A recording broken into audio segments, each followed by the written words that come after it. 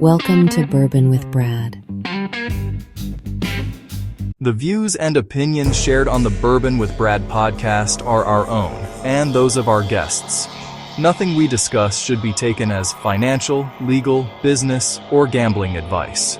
Don't make investment, business, or betting decisions based on our conversations, as you should always talk to a qualified professional.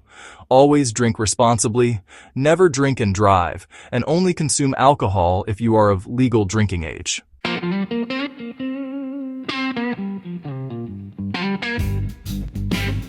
We're back again in the Bourbon Studios in Indiana, PA. Perry was spending too much time on his stockings and stilettos today. He forgot to turn the camera on the first time. I was rattling off some headlines. That's 2 weeks in a row. I know. False start. It's okay. You know, a little head fake here and there is good for the sports world. That right? was 2 football references. False start, head fake. Yeah. We got it going. I know. We're off and running, right? Heisman.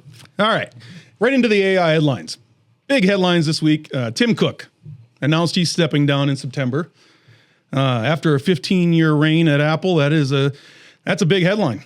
John Ternus has taken over. He's been in Apple for a couple decades in the hardware, looking over all the major names in Apple that you're very familiar with, the Mac, the iPhones, the iPads. So he'll be a good replacement. It's to be seen yet where they go in the AI world because in my opinion, if Apple does want to get in the AI world without adopting somebody else that's moving fast and furious ahead like Anthropic or OpenAI, they're going to have to catch up because they're way behind. Yeah, as I said in the first failed attempt to start this show, I'm surprised AI is not taking over for Tim Cook. Yeah, yeah, right.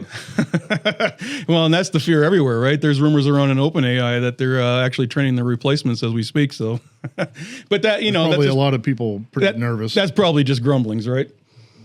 But the next major headline this week is Anthropic. Anthropic's been in the headlines often lately. Dario's doing a great job, but they just announced a $100 billion deal with Amazon.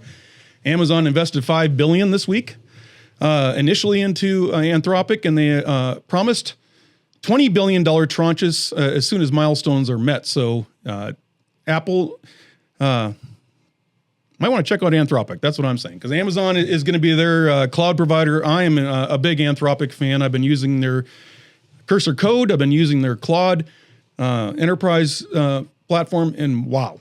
I mean, I've compared it this week. We were initially going to come on and talk about the 5 or 6 major platforms that are out there in the AI world that the consumer can use. And I'm telling you right now, Claude is right up there, head and shoulders above everybody. But we'll get into that in another episode. But right now, the Amazon partnership is just solidifying it. It's sending waves over to NVIDIA because, here Amazon has exactly what Anthropic needs to continue to grow. And it's going to be interesting to see what happens. OpenAI recently published a policy blueprint, which is interesting because we were talking about superintelligence last week and how far away we think that is. And they think it's right around the corner. And, there's been grumblings out there, too, that even behind the scenes, they're saying superintelligence is here. We just don't know it. Maybe Mythos is the precursor to that with Anthropic last week, what we're seeing there. But OpenAI actually put it in a 13-page policy blueprint.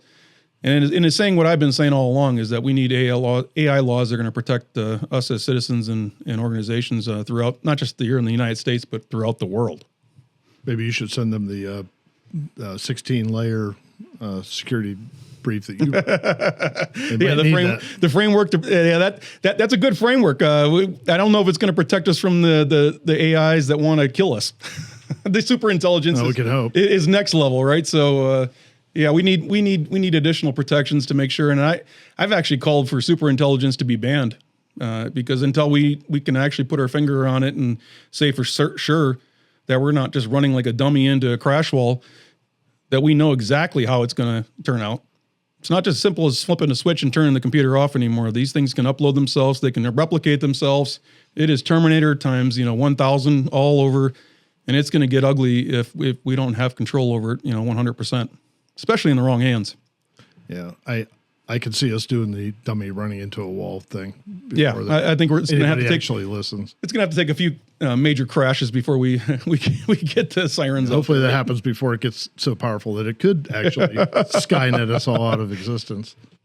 One other interesting Anthropic headline: a couple weeks ago, they brought in 15 Christian leaders to a 2-day retreat. Speaking of AI and God, right? And they brought them in for a couple purposes. One, to try to train their models how to react properly to anybody that's grieving online. Also, how to react to anybody that wants to commit self-harm.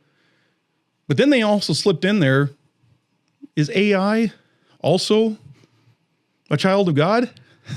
AI and God, baby. That's what I'm saying. You got to read the book. It's a good one.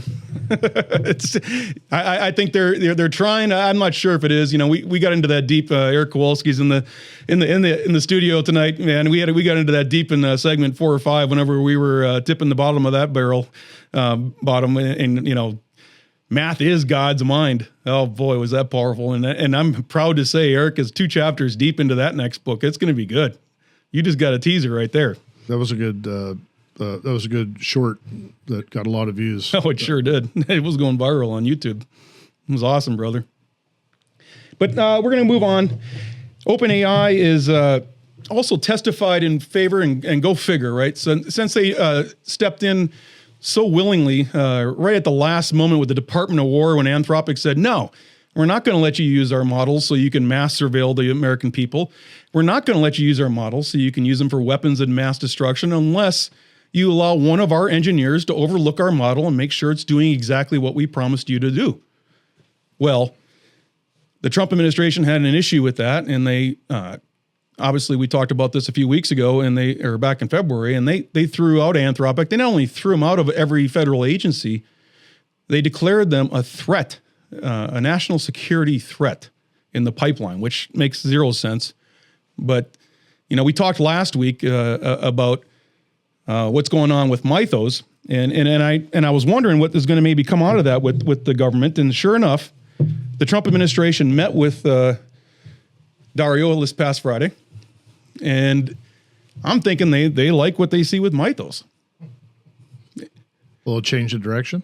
Well, it's all of a sudden Trump, came out and said, yeah, these guys are the smartest, and they are. There's no doubt they're the smartest, and why would we not want to have that at our beck and hand? And he's trying to play it like, well, maybe they're coming around. I don't think they're coming around. I think there's a happy middle there where there should be some sort of not control oversight, but just control oversight that our model is doing exactly what we promised it would do, so it doesn't drift or err, and lives are sacrificed or privacy sacrificed in a major way where we have to pay for it. So it's very interesting to see how that all came about. But I foresee, and one of the interesting things that also came about is there's one agency that hasn't never stopped using Anthropic. So even though there's this national threat, let me guess, it's the IRS. Yeah, right.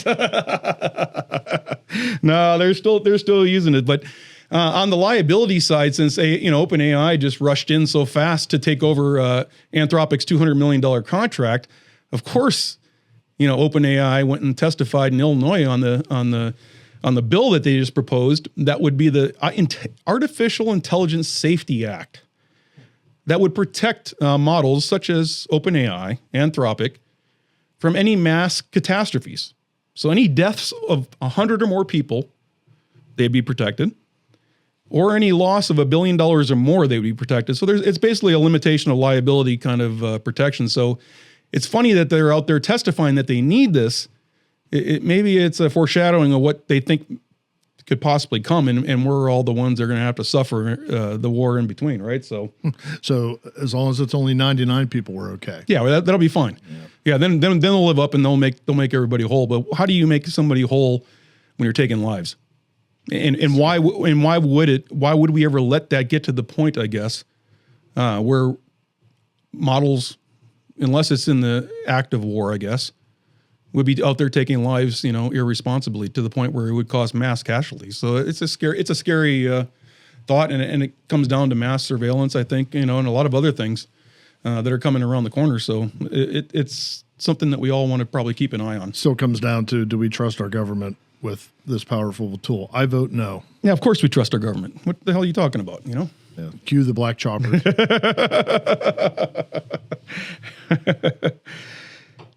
Another interesting headline I read this morning as I was heading down to Pittsburgh, and I felt like a running back trying to get through the traffic, you know? Had to juke this way, get that way. I thought you Ubered down. I to a certain point, yeah. So I got down to Oakmont, parked at Target, which was a mistake number one, right? Got down there, and then I did Uber, and the Uber ride was actually pretty smooth. I put the Uber drive, you know, in the first draft round, you know, no doubt. You know, he was good. Top pick. Got me right to the front door and got out of there. So, but Uber has been using Anthropic as well. And their whole AI budget for 2026 has already been spent in the first 4 months. So how do they use it? Well, they're using it exactly how I'm using it when I spoke Coding. about coding. So their engineers are using it. They're using it for API access. As a result, you know, you have to pay certain keys, you know, for commercial access. That's how we're going to tie in with Loubricity. That's right. Loubricity. And Louie's not here yet. The studio will be full. You'll hear the dogs barking and Gus humping when Louie comes down the steps. But Gus doesn't look like he's ready to hump anything. no, he's resting up. He knows what's coming. But Uber did spend their whole AI budget in 4 months because they loved Claude that much. So that's very, I think, telling as well. So interesting stuff going on all around the AI headlines in the crypto world this week. Not a lot going on as far as crypto goes. There was a little bit of a spike this morning as we're airing on Wednesday because of, you know, again, the Iran conflict is definitely playing a big role in that. Bitcoin peaked a little bit today, got up to the high 77s, if not 78. So we'll see if maybe there's some chance for it to actually keep rising instead of just being in this winter that we've been going through for the last two years or so. Yeah, it's been pretty quiet. It has. But in the sports world, I got to give a big shout out to our former guest and a great friend, Eddie Edwards. We got the NFL trophy that Dinsmore was so gracious to give us as a door gift as we walked in today. And at this beautiful pre-Pittsburgh-ish, it was so good, you know. First floor, all glass, filled with everybody that you'd want to, you know, possibly see in the NFL world. And Ian Rappaport was there. Eddie was hosting like the gracious host he is. Got to see Anthony Ditka from Dinsmore and Brian Kelly from PNC, all the guys that love to hang out with. And we're going to get Brian Kelly on here too. He's got to run it through HR because he's, you know, the top of their insurance over at PNC. But I'm like, Mitch, we got to get you on. Have a bourbon with me. Let's HR talk. or legal? Yeah, or probably both. I think he probably needs to check with legal too. Eddie could have given the okay on that. Yeah, right. But thank you, Eddie, for having me down. It was awesome to get to experience a little bit of a preview of what's to come tomorrow night when we're all rooting for our favorite picks and our teams. You know, Pittsburgh is hustling and bustling for sure. It was great to see some of the. I got to talk to a couple of bartenders down there. Of course, I was making my way right to the bar and seeing how things are going and what they're seeing. But it is fun. Yeah, fun to watch. I guess it probably ought to be mentioned that by the time this airs, the draft will be over. The draft will be over. So big deal in Pittsburgh. Yeah, it's a big deal. It's definitely it's like huge. It's like that, you know. It's like that big lead up to the 30 seconds of sex. It was just, you know, awesome, you know. So, we anyways. drove by Monday night. What's today? Wednesday. I think it was Monday. We went down to it. We had a game at RMU. Yeah, I was telling you, and good game too. By the way, you guys, we won. Yeah, it was good. But they had the stage all lit up, and there was like a giant screen behind in that like that dome or whatever. Yep. That's pretty. It looked pretty cool. It had all lit up and everything. Oh, they've done it right. They've done it right. I saw the Pat McAfee show was filming, you know, from the opposite end of that. Oh, kind cool. of when if you were on the one end zone and for the stages, they were on the other. You know. So and another former guest, Dave Brocious, he posted. I don't know if you saw. He posted a video today of his crane company. They got to do a tour walk up on the stage and everything. It was pretty neat. Nice. Pretty cool. That is cool. I'm surprised they let him in, to be honest.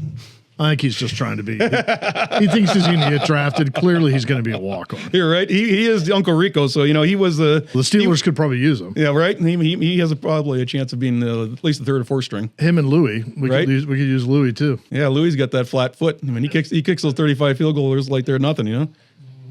Anyways, those are the AI headlines. We got a great guest coming up. You know, Jared Herman is in the house. a master brewer, a bourbon connoisseur. Can't wait to talk. I know he's talked with Eric Kowalski and Kibitz about, just life in general. And especially over a bourbon, things get good. It's always better with bourbon. We'll be right back.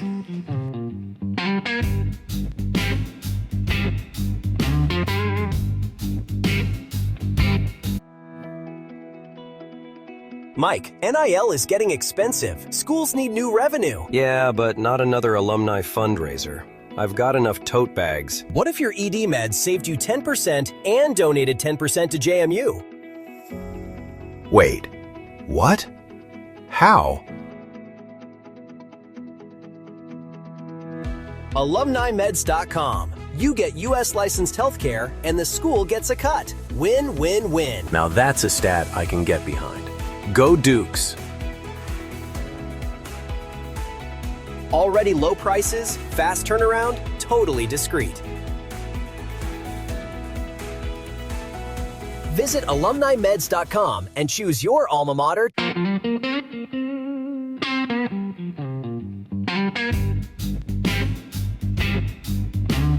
All right, we are back with Jared Herman in the house. Our Indiana natural. He is the Brewmaster. I guess so. No, you definitely are. Trust me, I've had your beer. It's amazing. It'll keep you coming back for sure. But we'll definitely get to talking about beer. I got one more headline, Jared. I was talking with Mike Donnelly off set here in between the commercial break, and it triggered me. And there is another major headline that's going on in the AI world, that Elon Musk cut a deal with Anthropic for cursor code, which is what I'm using. So this is going to affect this guy, that he is either going to pay them $10 billion for the partnership that they're in for the next few months, because I'm guessing he's trying it out. But then he has an absolute right to buy cursor code for $60 billion, which for Elon, that's a drop in the bucket. So he's going to be owning this here in the next 6 to 8 months probably. So That's Anthropic? yeah, that's Anthropic's cursor code portion. Which is not the whole company. No, Selling that many electric cars, Brett. he's going to be selling that many electric humanoids. Trillion. Yeah, his net worth is almost. I didn't know that. Yeah, his net worth is definitely double anybody that's even close second at this point, because he's pushing almost $1 trillion now after Tesla went zooming through the. It's unbelievable. Yeah, it's crazy. So $60 billion to him is a drop in the bucket to own what's obviously. I was just talking about how Uber engineers are loving everything about Anthropic, and that's exactly what they're going to buy, is that code that they're using. That's exactly what I used to just build the last 2 platforms that I'm launching here next week. So it's amazing. If I can do coding, anybody can. Now the key is to figure out the interaction back and forth. It's not necessarily knowing the coding, but how to get it to do what you want it to do exactly. And then the iterations, going back and forth to get it to do, if it's kind of, off a little bit, how do I get it back on track? It's Cursor's amazing. Claude's amazing. I can't say enough about it. And I'm not getting paid to talk about this. So, and in fact, I'm paying them.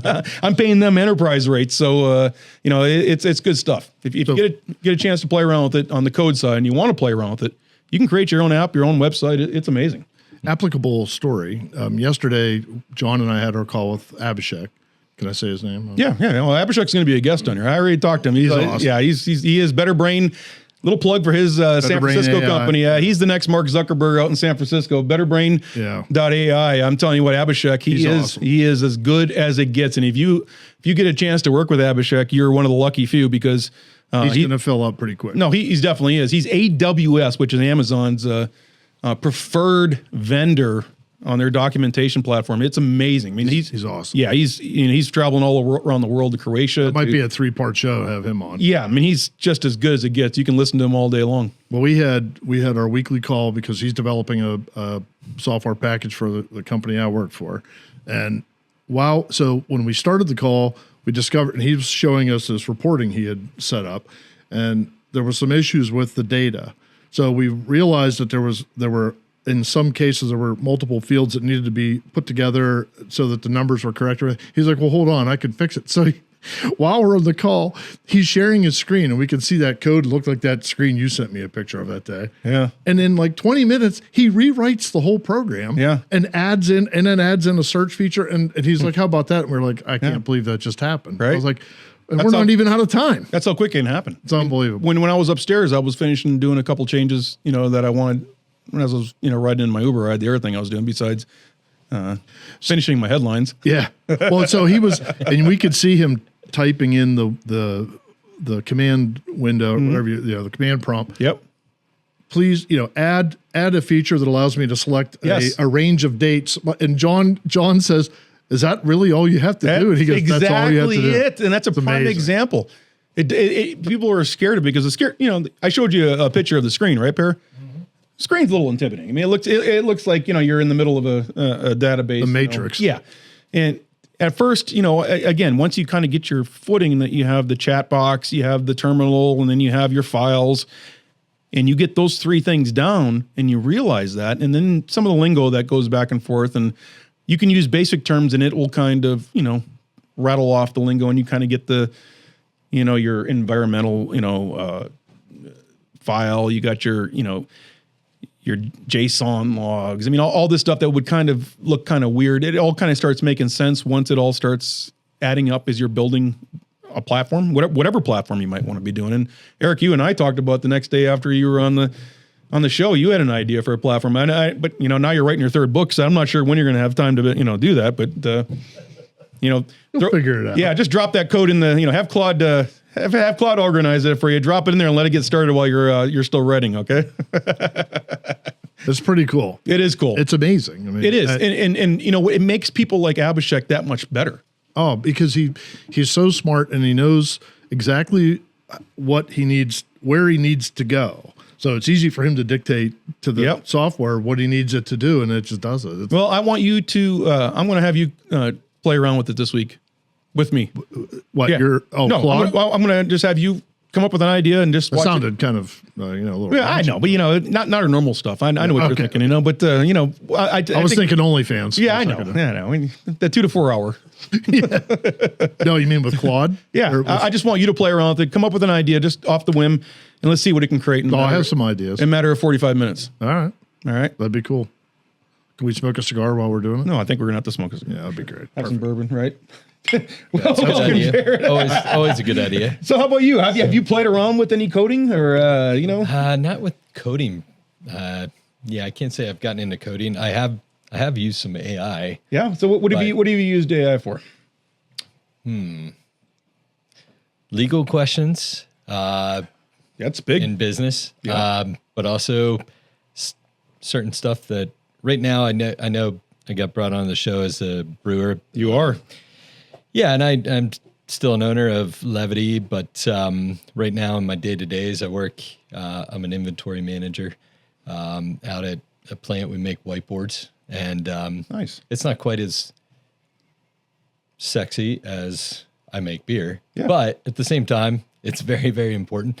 In my former life, I was a biology teacher, so the biology component of it worked really well in the brewing industry, and the teaching component, and it works really well for continuing to supply the K-12 industry. No doubt. With the materials they need to pass on to keep knowledge. Learning. Yeah, but even in that role, I manage our ERP system locally. I was just gonna ask, are they using it in your ERP system for the inventory? Do they have some AI built in to help real-time inventory? Yeah, so we're using a product, D365. It's, I believe, a Microsoft product, and they have Copilot. And so I use Copilot a lot because I was kind of thrown into the water and said, "Hey, swim." Right. And so Copilot's really, really helpful for me. It was my very first and favorite. Yeah, the favorite at least to start. At least with understanding the tremendous complexity of the ERP system we use. Now at the brewery, we did have an ERP system, but there's 4 basic ingredients to beer. So lay it out, because I'm a novice. I'm an expert beer drinker, like I'm an expert bourbon drinker. But when it comes to knowing what actually goes into it, I know this. Is this like a school? Is this like school? Call on me, Mr. Herman. Yeah. Barry's raising his leg back there. That's put your slittle down. You're going to poke Eric's eye out. Water is the main ingredient. Hops, yeast, and grains of some sort. Yeah, malted grains, typically mainly barley. But yeah, so you don't have a tremendous diversity of SKUs to manage. You've got four main ingredients. Now, the barley, the hops, they come in a whole bunch of different varieties, but it's not tremendously difficult to manage the ERP system of a brewery, at least a small brew pub anyway. Now, maybe some of the bigger boys, they probably have a lot more complex systems, but out at our place, we have something like 38,000 SKUs, so there's a lot of bill of materials you got to manage, a lot of inventory, ordering, and making sure you're not tying up cash in inventory. Right. Yeah, so that's kind of what I oversee. And that's valuable. And I've seen that with inventory, because being able to predict, or at least have the real time data instead of having to go do your inventory count like, you would back in the old day. Even the scan, is you have to manually go scan it. Right. But, now this all gets updated in real time, because somebody like Abhishek can come in and he'll set up, embed it right into your ERP program and add the AI function to it. Yeah. Where agents are actually going out and gathering all this information, organizing it. And so you don't have to, some of that busy task work that goes into, the inventory process, right? It really gets simplified and gets real efficient. I mean, and that's why I've talked to a number of private equity folks throughout the country. And right now, companies that are out there that are reluctant to use AI for their inventory, for predictive maintenance on their machinery or their operations, or if they have transportation component to use it to maximize the efficiency of and optimize their routes, and to figure out, where can they get they're quicker and how can they get their inventory if they're relying on commodities faster or cheaper. All that stuff goes into play. So these private equity companies are actually searching out companies right now that are reluctant to adopt AI to buy them.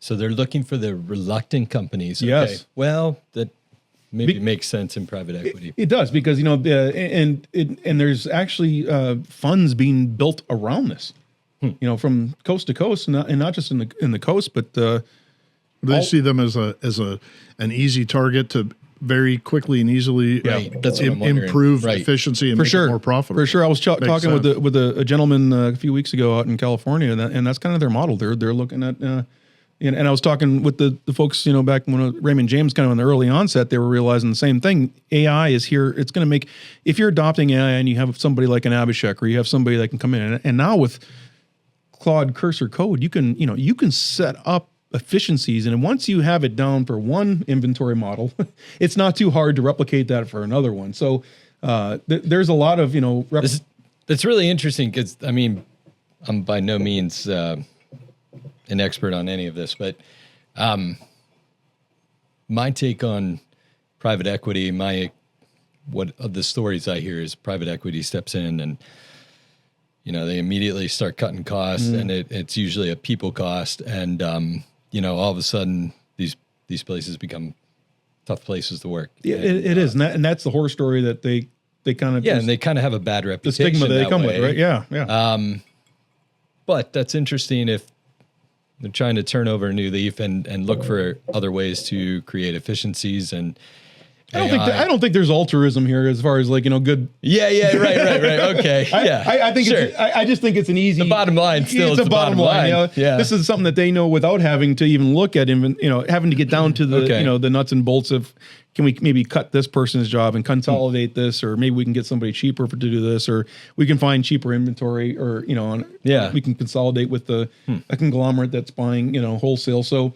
This is not at all what I thought I would talk about tonight, but. Right? But that's why bourbon takes you down a different trail every time, right? But it's gotta true. love. No, but yeah, but it's true though, because that's what they're looking for, and so there's any companies out there that are reluctant to adopt AI. There's buyers right now, so that's a good thing for them if you're looking for an exit strategy, because they're paying what I would say is fair market value for the current. They're not fighting over the EBITDA too much, because they know at the end of the day. they can go in there and they can optimize it not only on the bottom line as far as cost savings, but also on the top line, because now when you get into the marketing, components where you can actually kind of really grow it, there's a lot of different areas that AI has helped in that, and they're certainly and they're very savvy. So of course they always got the best folks working for them, looking for that. So we're going to get off the private equity train here. Let's get back to the beer. So tell me, is there private equity makes me thirsty? Yeah, me too. Right? That makes me Everything makes me thirsty. I want to know: is there an art to Did you have a special barley or a special wheat that you were looking to bring that great flavor into your beers? Because I know I tried, pretty much back in the day before they went to the electronic board. I tried just about everything on the chalkboard. Yeah, the chalkboard days were great. And art, brewing, that's great because I'm a trained scientist, or a science educator, I should say. My background's in biology, minor in chemistry, but so approaching things with controlling variables, monitoring everything, every little thing you change, and you should only be changing one variable at a time if you want to truly understand what you're doing. So I approached it from a scientific perspective, and yet you still got microbes in there, and they're doing their thing. So is that and like you a got variable? Happy yeast Is or that a variable sad that yeast, kind of throws stressed things? yeast? It is a variable that throws things. It seems like life is a variable, right? So, and yeast is a living thing. So, there is a lot of art to it, and yeah, my approach, I usually would take a look at the style I'm trying to create, study the style, study the, historical accuracies. When you're a brewer, if you enter a competition, you're usually being judged based on what they call the BJCP, Beer Judge Certification Program.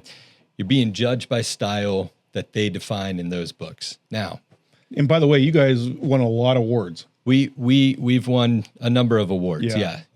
But a lot of times those judges, they are basing their judgment, their awards, based on those style guidelines that are textbook. And yet that doesn't always work for what is your customer's favorite beer. And sometimes you have to stray from the textbook to create what your customer wants. And, that was more of a guiding principle to me ultimately. You have the best customers too. For the longest fucking time. There was a few we banned. There might be a couple of customers in the crowd here. And that's Jeff Carty. Well, last time we saw him on the set, he was. We also recognize. He's being modest, aggressive. He's teaching brewing in St. Francis. Well, and I now I'm going to get there. I mean, We'll get to that. Don't rush it, Carty. he is a master brewer, and look who just walked into the house. Speaking of master, we're going to get to the masters. Masturbator. That's right. No, but what's so fascinating about that, and so I got to ask you, because What happened? Gus didn't hear Louis come in. Levity would have 20 beers up on that chalkboard. Yeah. So were you creating every one of those? Yeah. Wow. Sometimes it was a. Sometimes they were happy accidents. I won't lie about that. I've had a few happy accidents. Yeah. Not in the beer world, though. Depends on what we're cutting out of this. I digress. Hopefully By the way, nothing. we are an explicit podcast, so if I do, I noticed that. Yeah. So. And meanwhile, all my kids are like, "Oh, Dad, what podcast?" I'm like, "I don't know if I want to tell you." Yeah, I just want to say, and just a little shout out to the Indiana golf team, because they told me they follow me, but gentlemen, you guys are under 18. Yeah. Don't kid yourself, Brad. That means nothing. It's just a number. All right. That's right. Some were happy accidents. We'd seek out to do, this style of beer, and it just didn't turn out how we wanted it to be based on, say, style. However, it was like, you know what? It's not bad though. What was your best happy accident? I would say I'm speaking as a brewer right now and not a customer. Some of our best happy accidents, one of our very early barrel-aged beers, we bought some High West bourbon barrels, okay? And we aged a stout in those bourbon barrels, okay? And that beer was fine, and then we decided to use the barrels one more time. We aged our brown ale, Hoodlebug Brown. We aged that brown ale in it because we felt like the barrels, they still had a little bit of life, a little bit of bourbon to give. And we aged it one more time. Now, the stout we had put in there first was a much higher ABV. I think it was around 13% when it went into the barrel. And you shouldn't be, in fact, by law, you're not supposed to be picking up alcohol from the residual bourbon in the wood.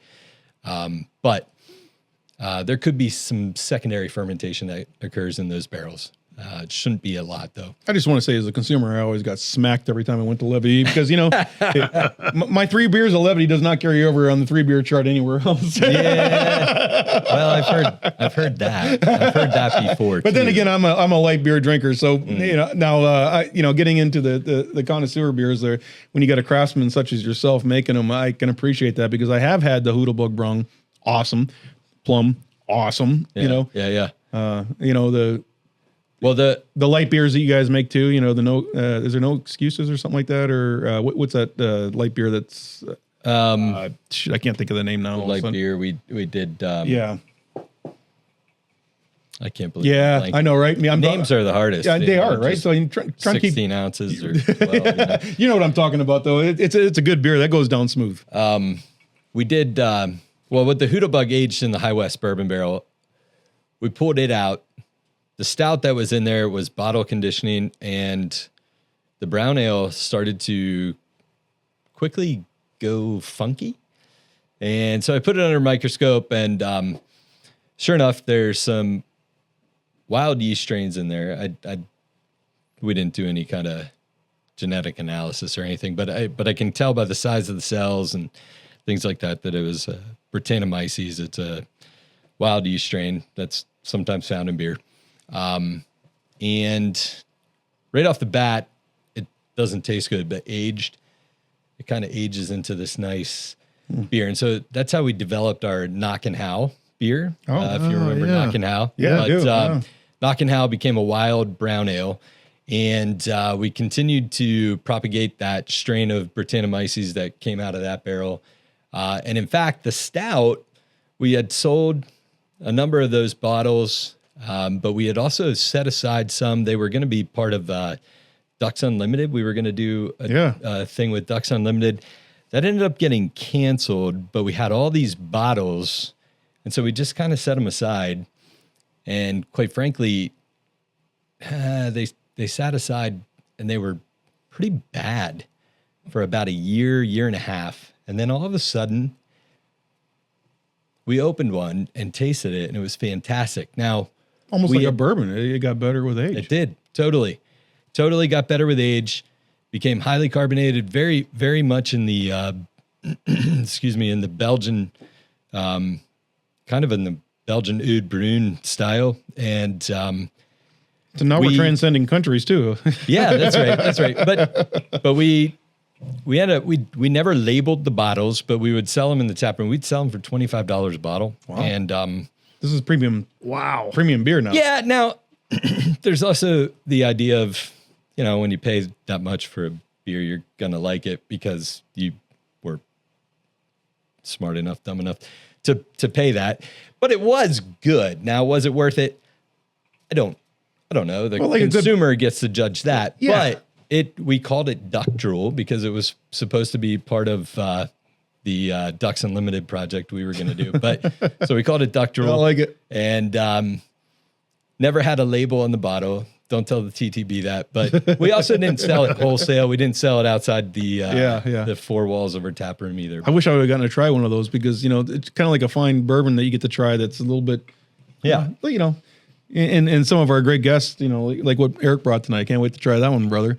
we get to try a different bourbon that has a little bit of a different story, or like, the Penelope that you brought, Lou, those are the one-offs. You're willing to pay a little bit more for it for the story behind it. And that's a great story. So if you know that story, well, and I'm buying a case of that beer, So by far is it nowhere near one of our better sellers. Obviously it wasn't even one of the mainstays, but, and even teaching, I tell the students, like when I try a sour beer or a wild fermented beer, there's something in me that just, would I drink pint after pint of this? No, I'll drink 3 or 4 of this IPA over, the one snifter of this particular wild beer. But so when you're the drinking, biologist in me, when you're drinking in front of the students, how's that go? They love it. They probably enjoy that. That's like their favorite day of the week. Labs. Yeah, it's a 3-credit course once a week, so I gotta last 3 hours up there. Is it an evening course or it is? It is an evening course. So at St. Francis, right? Yes. Yeah. What great. Great institution. Yeah, one of my best friends, Greg Cephas. He's an alumni there, and he was on one of the worst football teams ever had. But he was on it all 4 years, and that's perseverance. Sure. Yeah, and I think the students like the class. They get to Well, who doesn't like a beer class? They like right. They get to drink beer. Now, you have to be 21 to take. I was just going to ask. Do you have to be 21 to take the class? Yeah. So they do taste them, and so you actually brew beer in this class? We have brewed beer. We have a great little homebrew setup. That's cool. Yeah. Well, and they're learning from the best. Hey, I have a great gift I could donate to your class.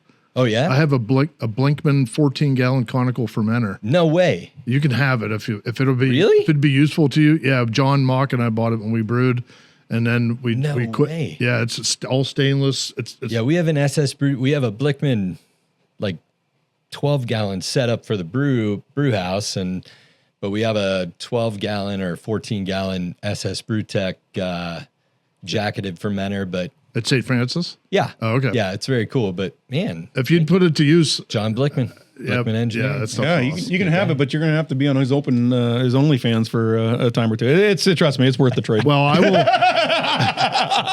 will market my favorite beer at Levity is Haze Freely. Yeah. So did you develop that? That's a great one. And that was I will say, developing the hazy IPA, Haze Freely, was one of the hardest, was one of the most difficult beers for me to get my hands around, because the hazy IPAs, everything you know about brewing, you throw out the window when you're going to brew an hazy IPA, especially, because so much of what you're doing in the brew house, it's designed to create a clear beer.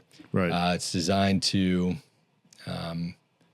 eliminate all the things that tend to be part of hazy IPAs. Yep. And you're trying to do the opposite, trying to impart those things. And it's a learning curve, and there's an art. And I'm a scientist, so throwing a science guy into the art of hazy IPAs, it's difficult.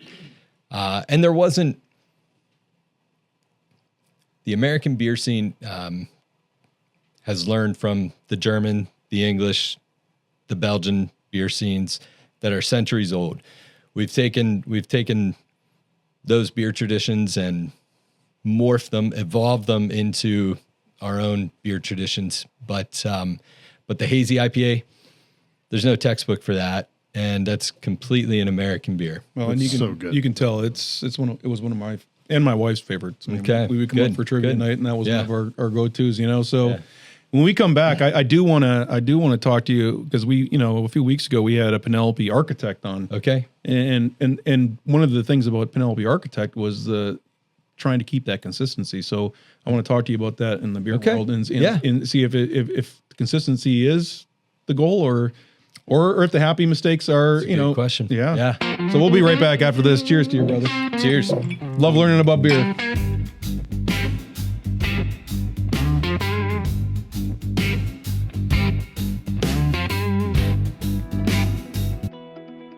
Mike, NIL is getting expensive. Schools need new revenue. Yeah, but not another alumni fundraiser. I've got enough tote bags. What if your ED meds saved you 10% and donated 10% to JMU? Wait, what? How? AlumniMeds.com. You get U.S. licensed healthcare, and the school gets a cut. Win, win, win. Now that's a stat I can get behind. Go Dukes! Already low prices, fast turnaround, totally discreet. Visit AlumniMeds.com and choose your alma mater.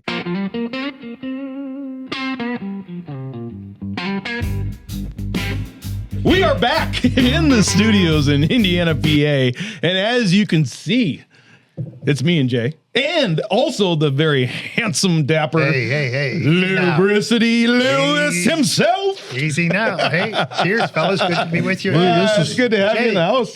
This is 3 weeks in a row, Lou. Yeah, I know. love that. We're going to change up Martini Monday to bourbon, It's going to have to be. Bourbon Wednesday. It's starting to turn into a nice habit. You are right. I mean, I think we've almost turned you. Yeah. Yeah, it just takes a little getting used to. It does, and I've gone from that inexperienced Bourboner, as we called me the first episode, to now I'm actually studying this stuff, and I'm trying to work it into the pharmacy repertoire. And trying to keep that Bourboner down while you're at the pharmacy.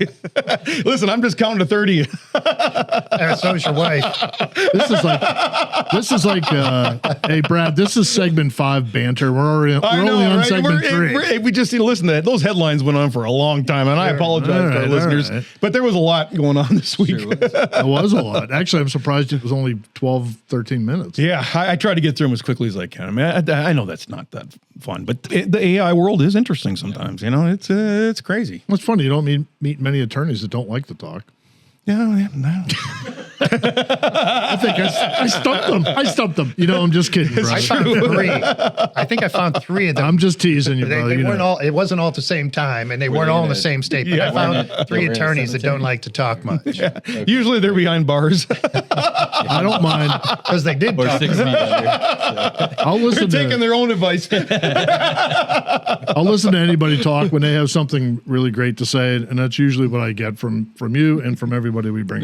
Thanks, Barry. No, we're going to get back to talking about something. Way to bring us back. Yeah, and Perry always, brings us back. It's usually the wave of a size 13 stiletto or the, Jared may not have experienced any of those pictures yet, but there's a story behind that, Jay. Yeah, there is. You can find him on OnlyFans.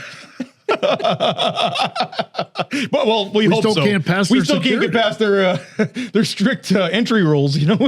Our licenses aren't clear enough. How many selfies have we taken? The two of us holding our licenses. It's like, what do you want? Yeah, I feel like we were going to jail. I mean, literally, they're saying you can't crop. We're not cropping. You can't. Pennsylvania license is kind of extra shiny now because of all the extra protections. You probably knew this. Being at Levity.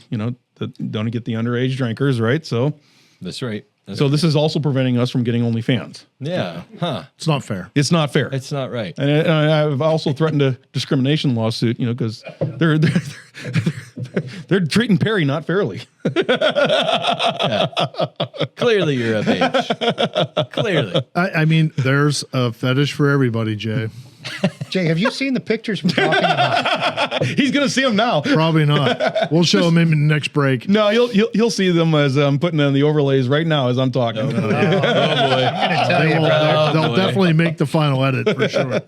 Yeah. We even have the commercial made. We haven't even got He the looks really good in fishnet. He really does. No, he really does. Yeah. And this isn't this is an AI made up. I want to just be, because there is the New York law and the new California law where you have to disclose if this is AI, not human, we'll disclose it. This is Perry. This is Perry. Other than the backdrop's AI. So does California and New York have the same laws? You have to disclose artificial intelligence, but do you have to disclose natural stupidity?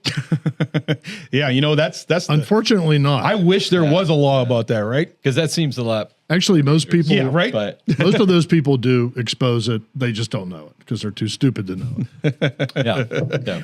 I have found that ultimately bears itself out, right? Yeah, but the more AI takes hold, the more natural stupidity seems to rain. Sure. Hey, we may get into this, Jay. And when we talk about lubricity later, there's that cliff that you fall off to Assholeville, which is where the naturally stupid people end up. Yeah. It's a town you don't want to go to, but it's a town that many of us have frequented. Sure. It's a town you don't want to go to. Unfortunately, I've been there a few times. Me too. I just, I think it's natural. You partake in the good spirits world, right? Whether it's a good levity beer or whether it's a good bourbon or whether it's just one of your old off the shelf drinks. Sometimes we overindulge. And it's easy to do. Well, the problem is when you reach maximum, you're having so much fun. You think to yourself, well, if I've had this much fun by drinking this much, if I keep drinking, it'll be even more fun. Well, no. I know. Have you ever been to Levity or Brunzies or Permanis with Scerbo? You want to go home, you've got your wits about you, and then all of a sudden these little beers start showing up. The Scerbos. That's the freaking problem. Yeah, what is these little beers, by the way? There is a rumor, and I think I've heard this referenced at the club before. You have, Brad. Back in the COVID days when Levity was one of the few places open, when we were starting to reach maximum lubricity, I would say, hey, can I have just a small beer?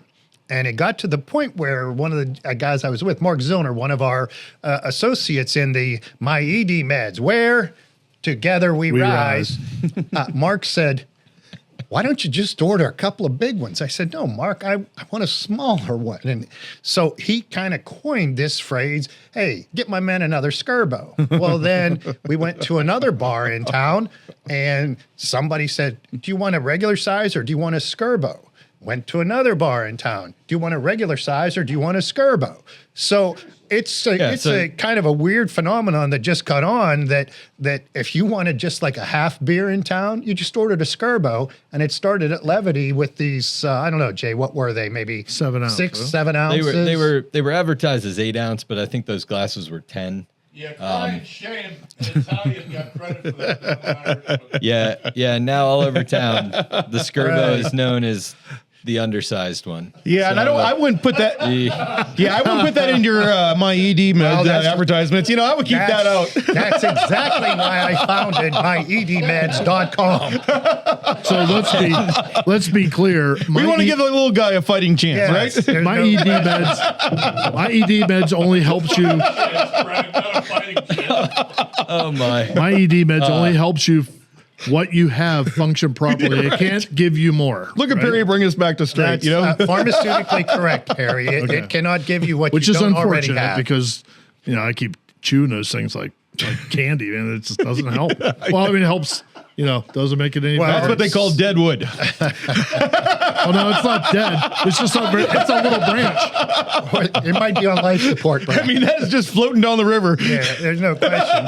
Like M&Ms, you got to get the right color ones though too, Perry. That's true. And we're only on segment 3, but we haven't. So there is a question you wanted to ask. No, there was. Jared. I mean, there's a good question before we get to the lubricity or about the bourbon that we're indulging in. I do want to talk to you about the consistency. We were talking about that when we were going off the last segment. We had a bottle of Penelope called Architect. Okay. That we featured here probably. What do you think, Per? Maybe 5-6 weeks ago. See you, Cardi. And Penelope is known. Elvis has left the building. Elvis has left the building. Now we can be serious. Yeah, right. Elvis wasn't that big when he died.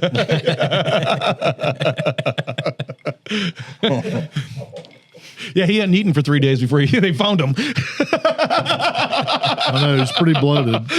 No, but I was just gonna say it was probably that was probably 5-6 weeks. Yeah, I was gonna say 5 or 6 weeks ago. Because we had your Penelope, the Rio. The Rio, yes, yeah, really good. I mean that's a dessert like delicious cinnamon toast crunch. That was delicious. Yeah, that was good. But we also had the Architect, and the Architect was fancied. And what I liked about it was that it was known for trying to be consistent. So they used very scientific measures, kind of like what you're talking about with the beer. Yeah. They used computer technology to look at the staves and make sure that they were exactly, in line with what they wanted to reproduce. They were custom building the barrels, with different staves of different types of wood. So they're going down, really taking measures, right, to bring in that consistency. So my question to you was, you had 20 different at any given time. I mean, there was a rotation of beers that went through that chart. So there was, I don't know how many beers do you think over? So of the 20 beers that we would generally have on tap, we would probably keep 12 year round, and the other 8 would probably be rotation. Cool. Okay. Now they might be out for a season. What I'm saying is we didn't just brew it once a year. We may have brewed it for the whole summer. So it may have been several batches. Yeah. Or some of them may have been once a year. Yeah. But for those 12 or so that we were brewing, they became staple brands for us. As far as consistency, I mean... Yeah, and that's my question. So were you always striving for that consistency? Yeah. Now, there's some brewers, like smaller brewers, that they purposely want some nuance to their flavor, and they always want to change. And that's where the art comes into it. I think for me, as a formerly trained science guy, I want to control all the variables I can, and that's just my nature. So I strive for consistency, and I feel like if you don't have consistency, you're not really in control of what you're doing. Now, that's not to say you can't just... Yeah, my take on things is if you have a brand and you name it, it should stay consistent. Well, that's just my take. Yeah, and I think that's what your consumers are looking for, right? Because that's why they love it. That's why they're coming back. You come to, as a consumer, you come to know a beer, a brand, a product, any product. It doesn't have to be beer, but you come to know this product that's reliable. That's what you want. That's what you expect every time. That's not to say the modern beer drinker isn't out for the next greatest flavor, and I kind of think that in the craft beer world, that's a plus and a minus. I was describing to my students last night. I said, when I grew up, when I was a kid, the generation before me, they were either a Bud man or a Miller man or a whatever. That was the battle, right? Yeah, and they religiously drank their Busch Light and drove their Chevy Silverado. That's right. And that's what they always had. And today's beer drinker is oftentimes after the next best thing. And so they don't necessarily stay religious to a brand. Yeah. Yeah. But what I have found is modern beer drinkers, even though they'll go from beer to beer to beer, they have learned what companies produce good beer. And so while they may not stay true to, say, a Hayes Freely, they may stay true to a beer produced by Levity. Of course, because it's award-winning, and trust me, it's good. So, yeah, that's, I think that's where the modern beer drinker is as opposed to 20, 30 years ago. And now you did catch my curiosity when you said you had to take the microscope out on the yeast. I think when you sell the beer, you should also give everybody the option to look at it underneath the microscope.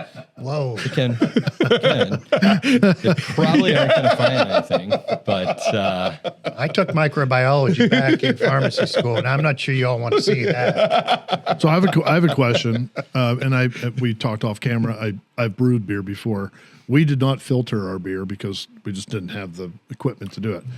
When you filter it, does it get all the yeast out of it, or is there still active yeast? So at Levity, we did not filter. There is cold crashing, and when you turn down the temperature on that liquid, far and away the gravity is going to cause that yeast to kind of go into a state of relaxation, if you will, and it just settles out to the bottom, and you pull off that top, and it doesn't kill it. It just sounds like dormant, correct. Right? It sounds like a good evening. You can reuse it. Yeah, exactly. So you can reculture. A cold beer will do that. Yeah, you can reculture and reuse it, right? Yeah. And oftentimes we would call it generations. Oftentimes when you reuse that yeast, it actually became better, more virulent. Oh, and that's there you go. Yeah, it would. That's medical. Sorry, I Louis. your way. Talking Louis' language. My AD meds, right? So, that yeast Would work better. It would work better. It would finish your beer faster.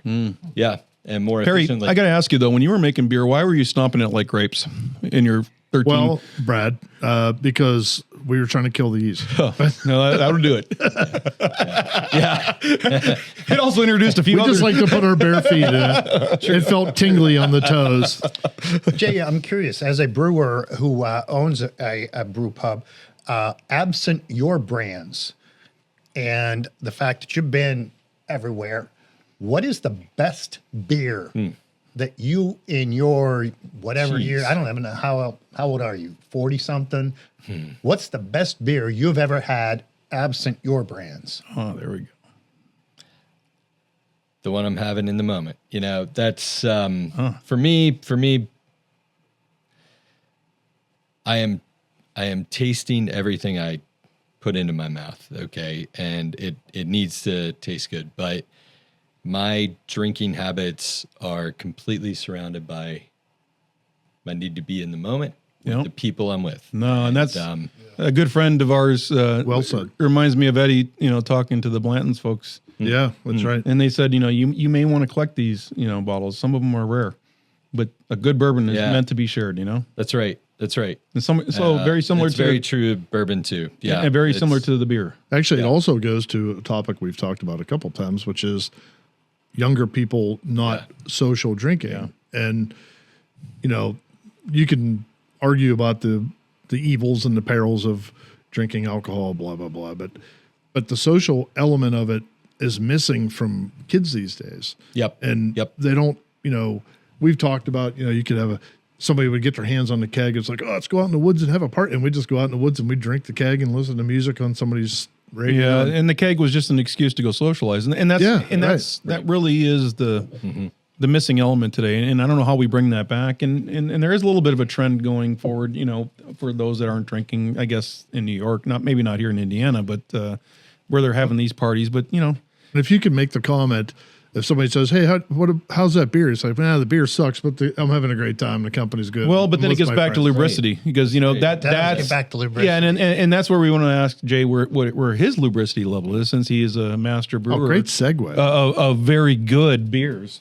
Louis, why don't you tell him what lubricity is, and then also where your lubricity level was 3 weeks ago and where it is now. I'm not sure I want to reveal that to everybody at this point, but Jay and I have been friends for a very long time. So he and I have talked about this whole lubricity concept before, so he gets it.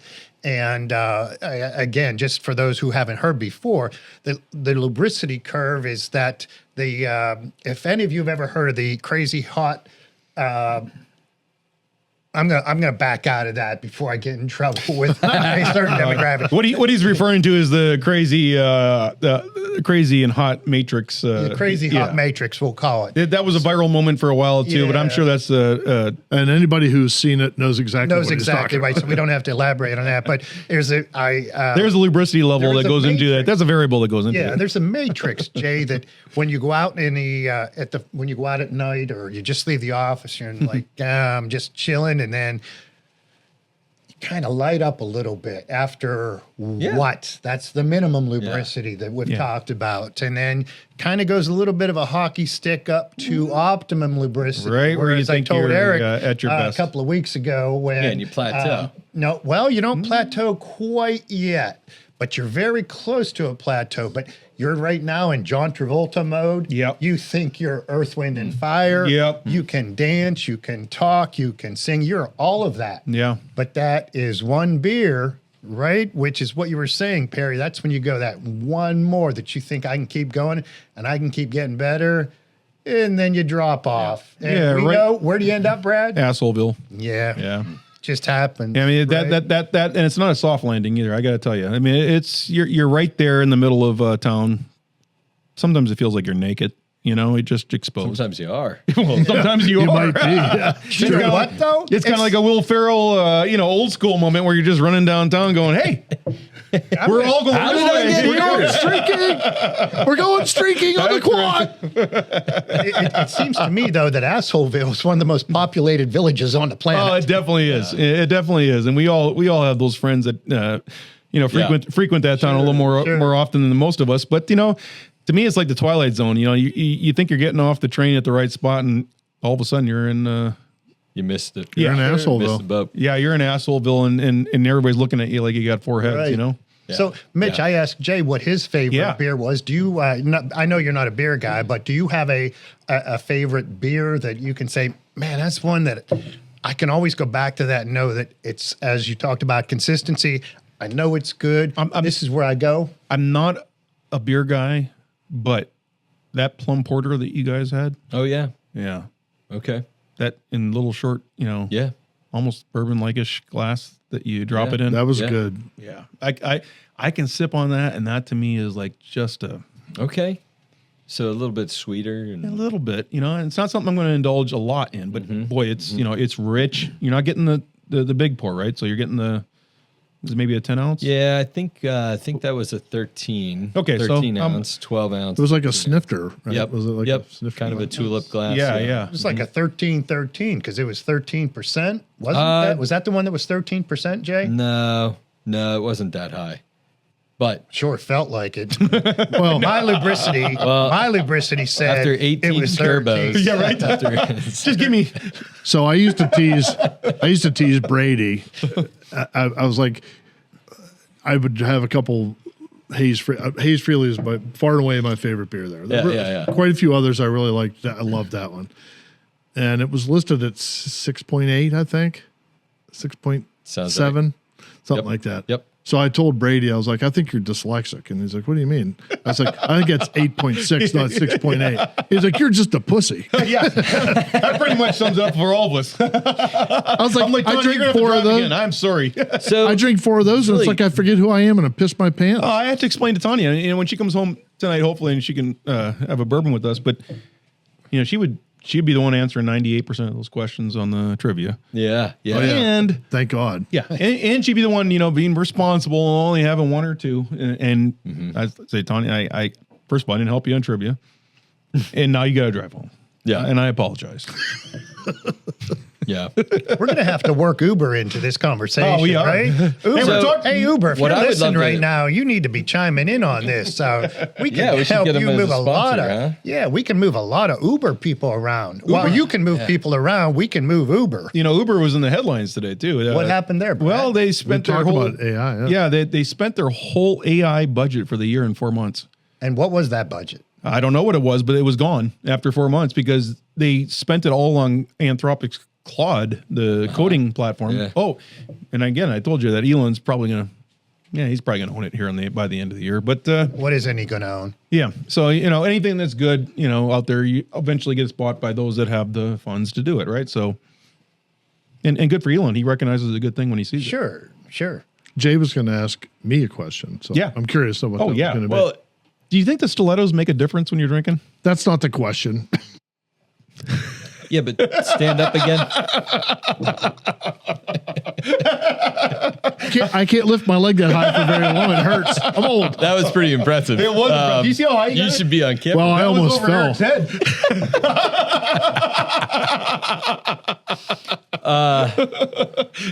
We're gonna have to get the reverse camera on you, Mitch. And this would be maybe fodder for a university to take hold of, but we would brew beers. Tenured was a popular double IPA, 9.3%, and then we had a Belgians we would call it affectionately, but we would only produce that once a year. It was like 9.4 to 9.7, depending on the year we would brew it, but very close in ABV, and yet I could tell you I could drink multiple tenureds and be totally fine. But Belgians with that Belgian yeast strain, really dry malt bill, dry finish, after fermentation, it would go straight to my head. And it really, really, really Was your question what his lubricity is? No. Well, I was talking about teasing Brady about reading the hygrometer because because I do because want the beer, it was 6.8%, but it just kicked my ass. No, well, what I'm getting at is different. It'd be interesting to understand the metabolism, like an individual's metabolic capacity. We should study to.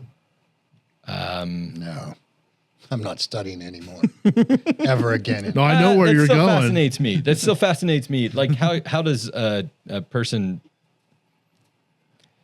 There's going to be different alcohols beside just ethanol that are produced depending on the yeast strain, and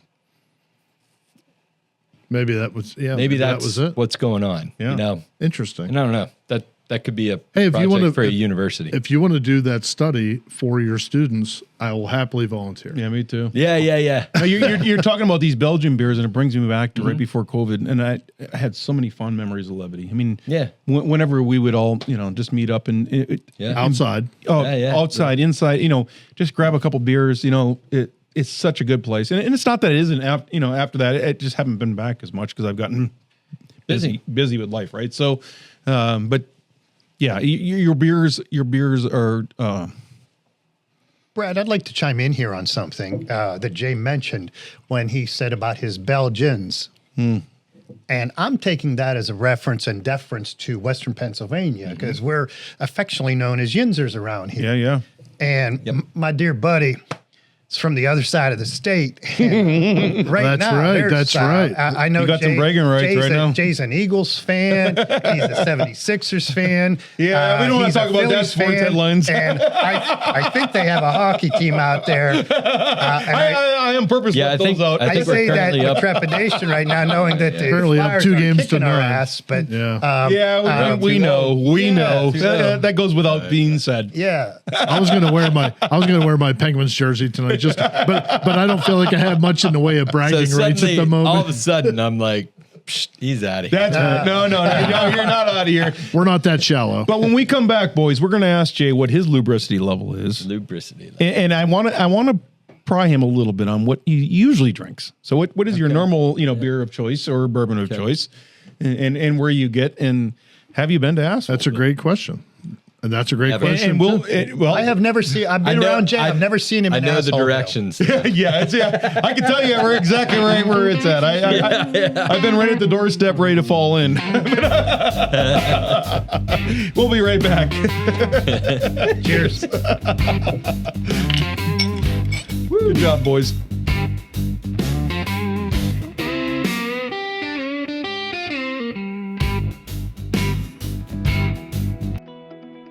Mike, NIL is getting expensive. Schools need new revenue. Yeah, but not another alumni fundraiser.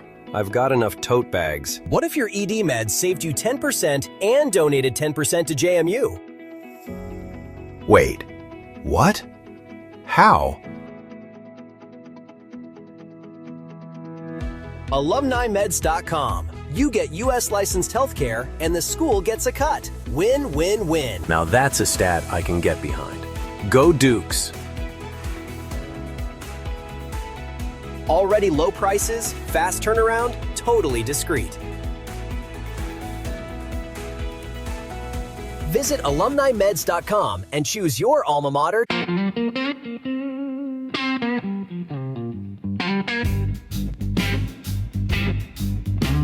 We have, I believe, right now we have 400 universities participating. We're just adding one that I had not even thought of. Kenyon College. Kenyon. Any of you guys ever hear of Kenyon College? Where's that at?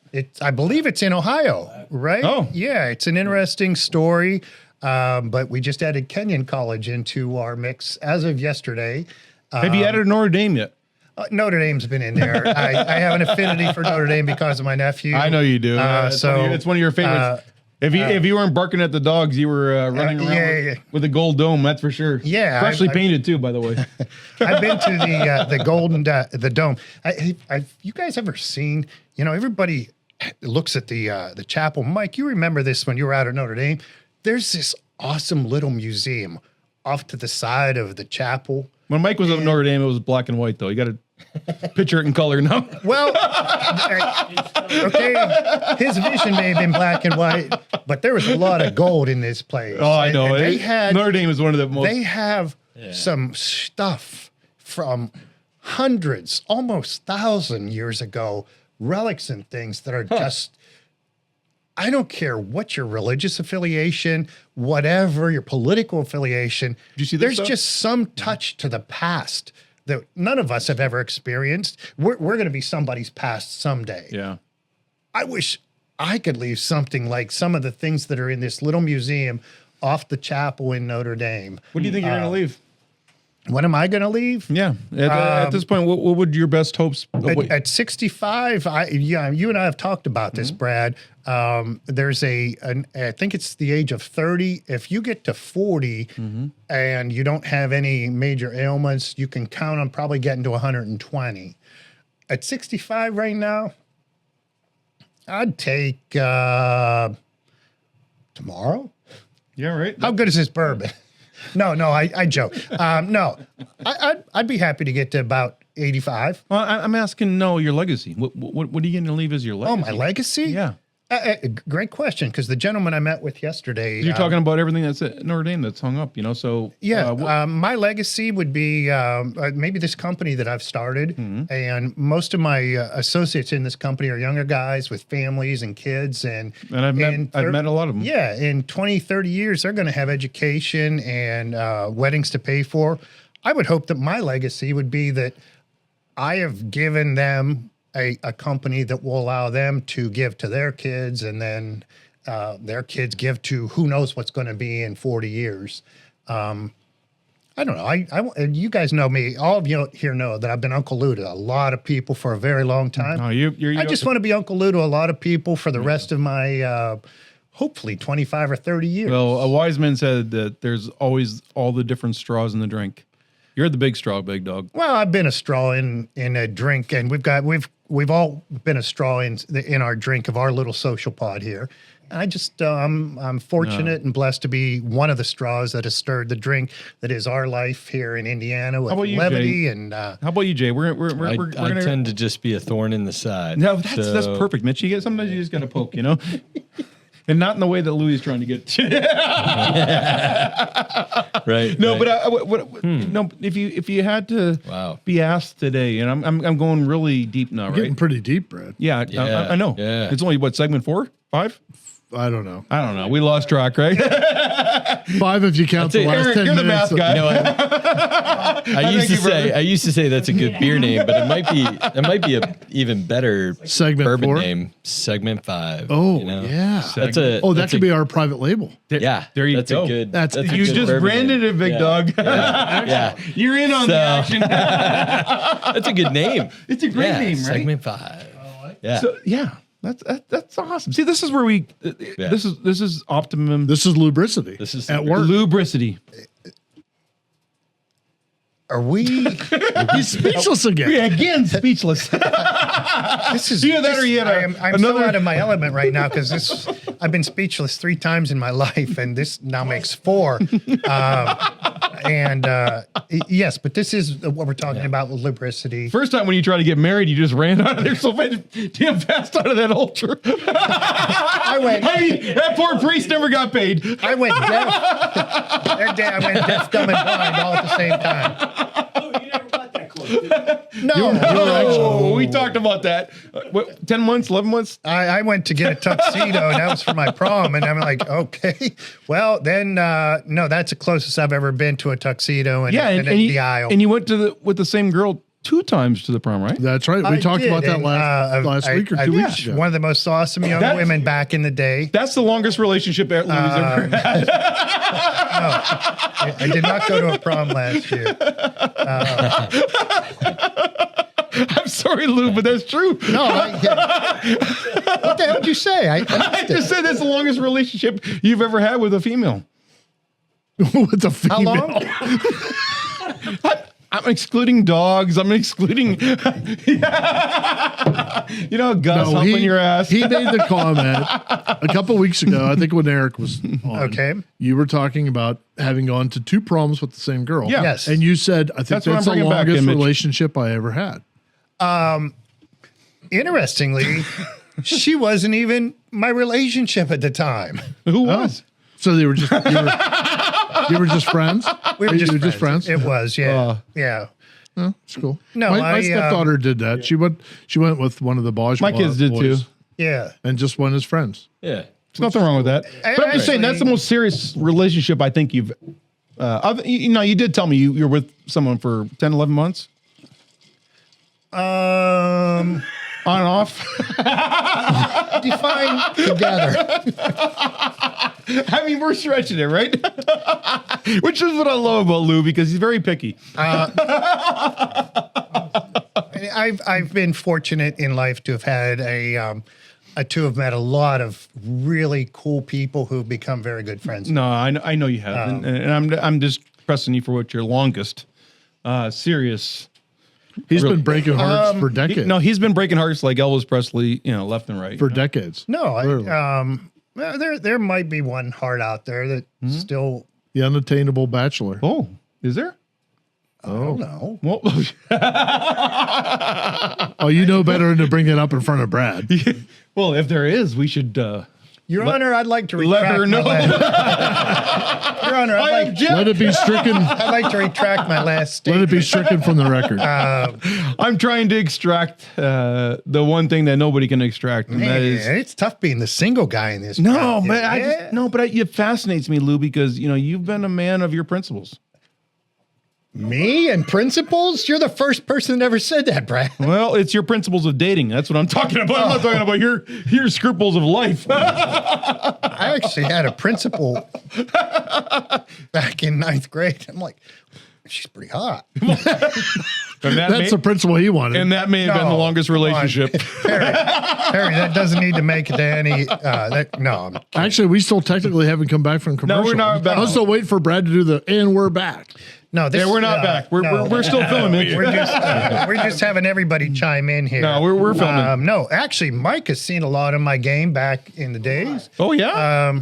Yeah. I will tell you, and you remember this, the first Mario Luther golf event.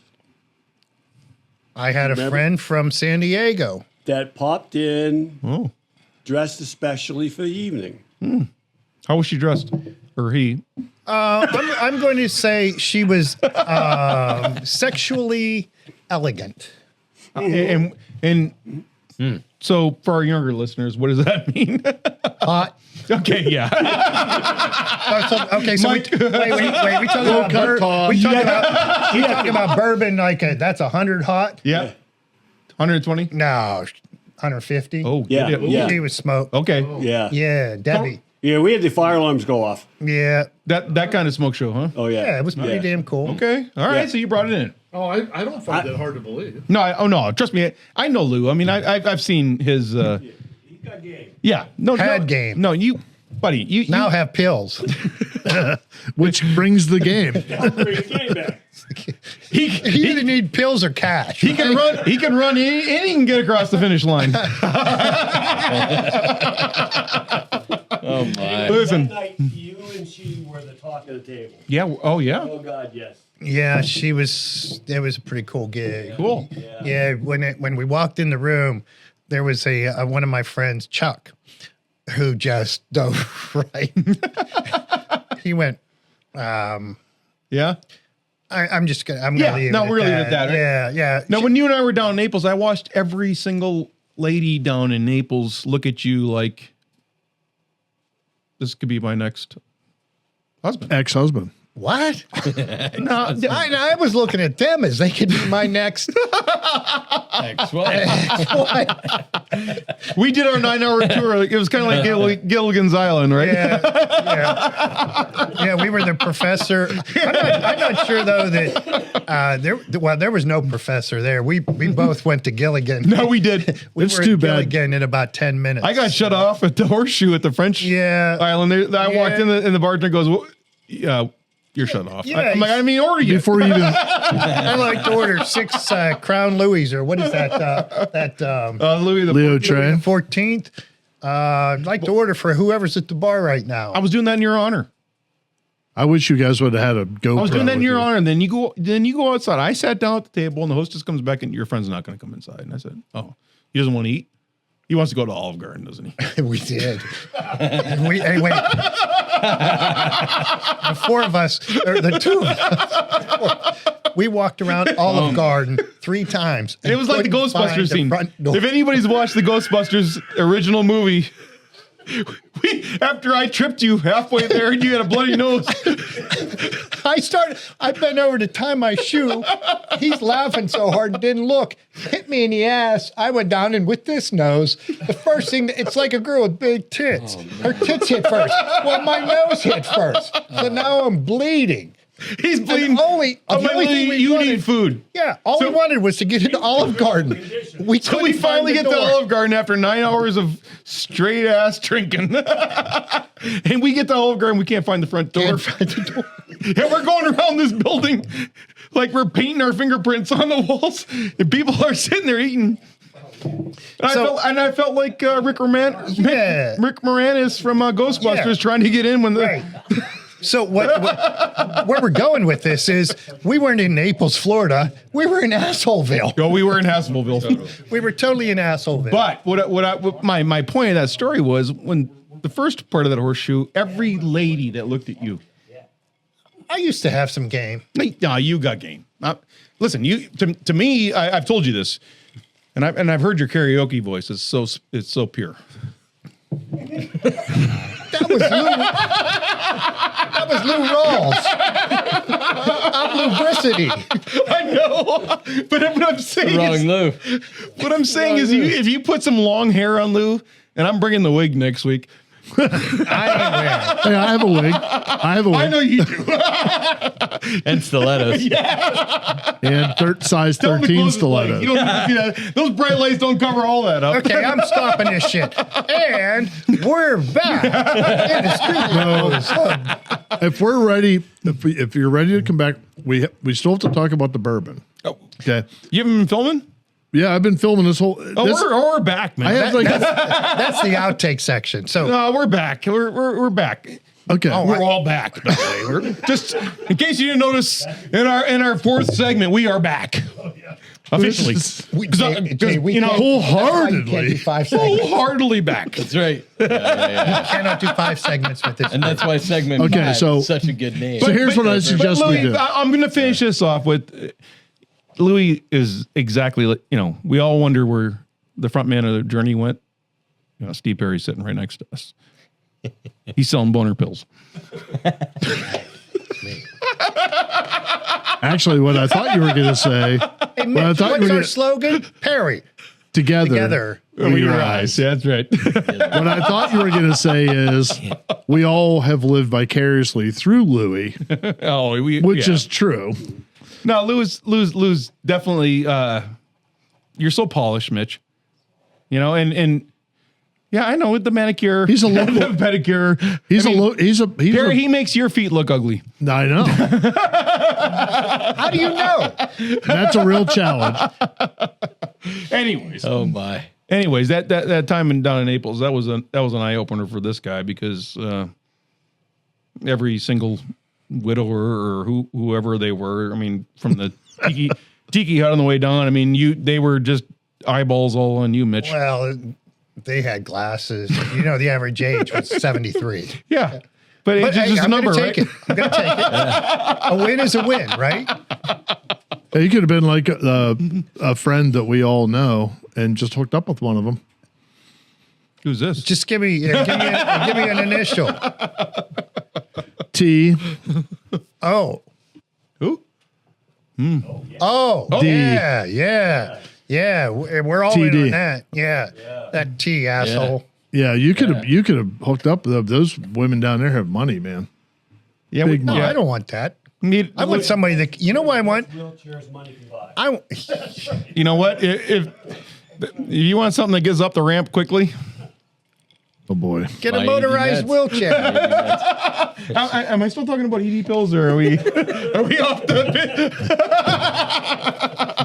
Anyway, let's We've get been back off the to rails for a Jay's fucking sitting there going, hour. What the Poor fuck did Jay. I get myself into? Poor Jay. He's trying to hide behind the bourbon bottle. I think. Yeah. It's a lot Jay- safer. Jay the It's a chemist. lot safer. The funny I thing know. is, after the last segment, I realized during the last segment it was kind of right in the middle, so I moved it to the side so we can see Jay better. You can't hide. Can't hide now, Jay, you Jay. ain't hiding now, Yeah, I'm Mitch. sorry. I'm sorry. We're bringing you front and center again. Jeez. So let's get back to you. What is your lubricity level, Mitch? You know why I say Mitch, right? No. So You explain. So the episode just dropped this last week. We got into the what it's a Kevin Hart thing. It started back in 2013, and I watched it somehow. My wife had me watching this one episode of Kevin Hart of Husbands of Hollywood, and I think I sent you guys the. I had to go You did. dig and find that. classic. You know, Did. You need to dub it into the final. no, I think we should. I think we should. Right? Can I you mean, get or in at trouble least- for that? Or No, I'm going to put the link. I think I'll put the link below. yeah, it's awesome. You got to watch it because it is Yeah. All right. it is the OG original word from Mitch, you know. All right. So he's sitting around all of his friends. He goes, "Man, you are a male bitch." Because they're asking, "What is Mitch?" And he goes, "Male bitch." Mitch. Yeah. And I said, "Oh, I am adopting that. And not so much like Kevin is, because he was kind of being insultful. I'm more endearing. That's everybody know. Yeah. I mean, Mike knows. He's one of the biggest Mitches of all. You know." So if Brad sees you and goes, "What's up, Mitch?" You know you're part of the club. Yeah, it's been a 10-year Nice. running thing Nice. around town. I love so, it. I love and it. I got a lot of different people saying Good. Mitch, and I feel like I'm carrying on the baton in the legacy race Kevin Hart started. You know, You are. Commit now. Commit. that's now. right. Yeah. Now that's you're good. gonna be singing it. So Yep. when you Yep. talk to the class of St. Francis next week, you're gonna be like, Mitches, Yep. we are making some beer. And you know who in There your are class. females. Yeah, right, it's okay. You I was know gonna ask. who in your class are the Mitches. Yeah, Yeah. Yeah. I was going to ask, are there girls in the class? There are. that's Yeah. awesome. Is it Yep. predominantly guys, or is it pretty even? Let me think. I would take the class just if I was a college kid. I would just take the Oh, class, hell see who the yeah. girls are going to be. Yeah, right. Yeah, exactly. Yeah, but I think there's just 3 girls in the class. That makes sense. Okay, but that's still pretty cool that they're Yeah. into that. I'm not going to ask you, awesome. but are they like girly girls or or are they like beer I'm not going to ask you, but I'm going to ask you. Bavarian kind of girls, kind of like Perry girls, you know? They're size 13 feet. One's, You don't have to answer. one's a biologist. One is a biology. It's all right. major, I but, get you, Mitch. You don't yeah. have to answer that one. That was a rhetorical question. Hey, so we do need to talk about Is that the bourbon. part? Is that part live? No, it is Or- definitely. Well, it's all being recorded, but we can cut that out if you. Yeah. We don't want to get you fired. that's the last thing we want to do. Yeah, cut that little part out. Maybe it's a little clip So for. let me ask you guys. That's something. fine. You're, all this, all joking aside and everything, in the bourbon with Brad thing. Let's talk about this bourbon tonight. It's the color. We almost forgot again. Yeah, from my perspective, the bottle looks so manly and well, it is that, but the color of the bourbon at this point, Empty. empty. It's just about empty. That's a good sign. It is a good It sign. is We didn't one forget. sign. We didn't forget what's inside. No, we didn't forget what's inside. But when the bottle's almost because empty, you it's know supposed to we're be air. enjoying it. It's the bourbon. I'm going to try to say this properly this time without fumbling over my B's. It's a bourbon burnometer. There we go. It just doesn't come out right every time. No, it doesn't. What he's trying to say is the bourbonometer That's it, Mitch. is low, right? It's way down. But- Burbonometer's down. Spirits are up. Spirits Mitch. are up. That's right. Guys, it's only because this is such an awesome bourbon that we have here No. tonight. Let's talk a little bit Let's talk about it. Perry, you brought this one tonight. I did. I think. So you dug deep in the cellar, huh? Well, so my cabinet is overflowing. Oh. And I was like, I was going to go buy one. I was like, I got some pretty good ones in here. And then Eric and Greg Pribish both said, "Oh yeah, the new riff is awesome." Yeah, it's And I think a friend of mine gave me that a couple years ago as a gift, and it's just been kind of hiding in the back behind the Buffalo Trace and it's delicious. some of the other ones. So I brought it, and it's very, very good. There's a little bit of orange. It's kind of fruity. Yeah, it's a little sweet on the finish. Yeah, kind of like you. And Oh well, that's why I like it. That's why I understand it. That's why I like it. That's why I like the Rio too. Yeah, no, I know the Rio was good. This is very good, by the way, and it has a little bit of that oak. It has a little bit of the little vanilla. It's not cinnamon. It's more it's more caramel. I was caramel. gonna- More of okay. a yeah. Yeah, I I would was say getting some cinnamon though. were you getting? I was getting Louis was cinnamon getting and cinnamon orange. too. Yeah. it really Orange. was. There Like may be a orange cinnamon spice, mix in there. There's cinnamon. a pepper spice in there too, but I'm not sure. So it has a high rye bill. Okay. So that's probably explains some of the spice that you're talking about, Yep. because it's not Sense. considered a rye, but it says on the back of the bottle, or heavy rye bill on the Yeah, grain. So that makes would sense. explain that. Yeah, it's very good. And it's what 100. 100 proof. Yeah, right at the old. Yep. The milestone. And the distillery is New Riff Distillery. So Yeah. I don't know. Do you know anything more about that, Eric? No, it's I'm excellent. going to tell you from my excellent. perspective, when I walked in tonight and I saw that bottle, the bottle itself, the presentation was just, it looked to me like it was going to be good. Yeah. And as the amateur bourbonaire or bourboneau or bourbonet, Bourboner. No, you're out of the Bourboner stage, Mitch. right. But as the amateur in this group, I looked at that bottle and I thought, that looks to me like it looks kind of healthy, hefty, and strong. And now that I see it as the bourbonometer is down, the color is nice. The flavor seems to match the color. I agree. Everything about that is, to me, is a really nice taste. It's got a music theme to it. Oh. New riff. Okay, riff like a guitar riff. Oh, so And if you notice, it has like a sine wave on it, like a. Oh, yeah. is there I see actual that. music that you can go find? I don't know. Yeah, we should find that, right? There might be, We but I'm assuming that's its connection to Kentucky or Tennessee. Or I agree, and if we find it, we should definitely. Nashville. Yeah. Far from Nashville, is it? Yeah, I don't know. mean- I honestly Yeah. do not know. It's a Kentucky bourbon, so Okay. but you can be in Kentucky and be not all that far from Nashville. Sure. But it's definitely guess got Nashville's the riff. Part of it. The riff reference is definitely a musical it is. reference. Hey, by the way, did you know E.H. Taylor was one of the founders of Buffalo what? Trace? Really? No, I didn't know that. Yeah. So I was That's where they distill it, right?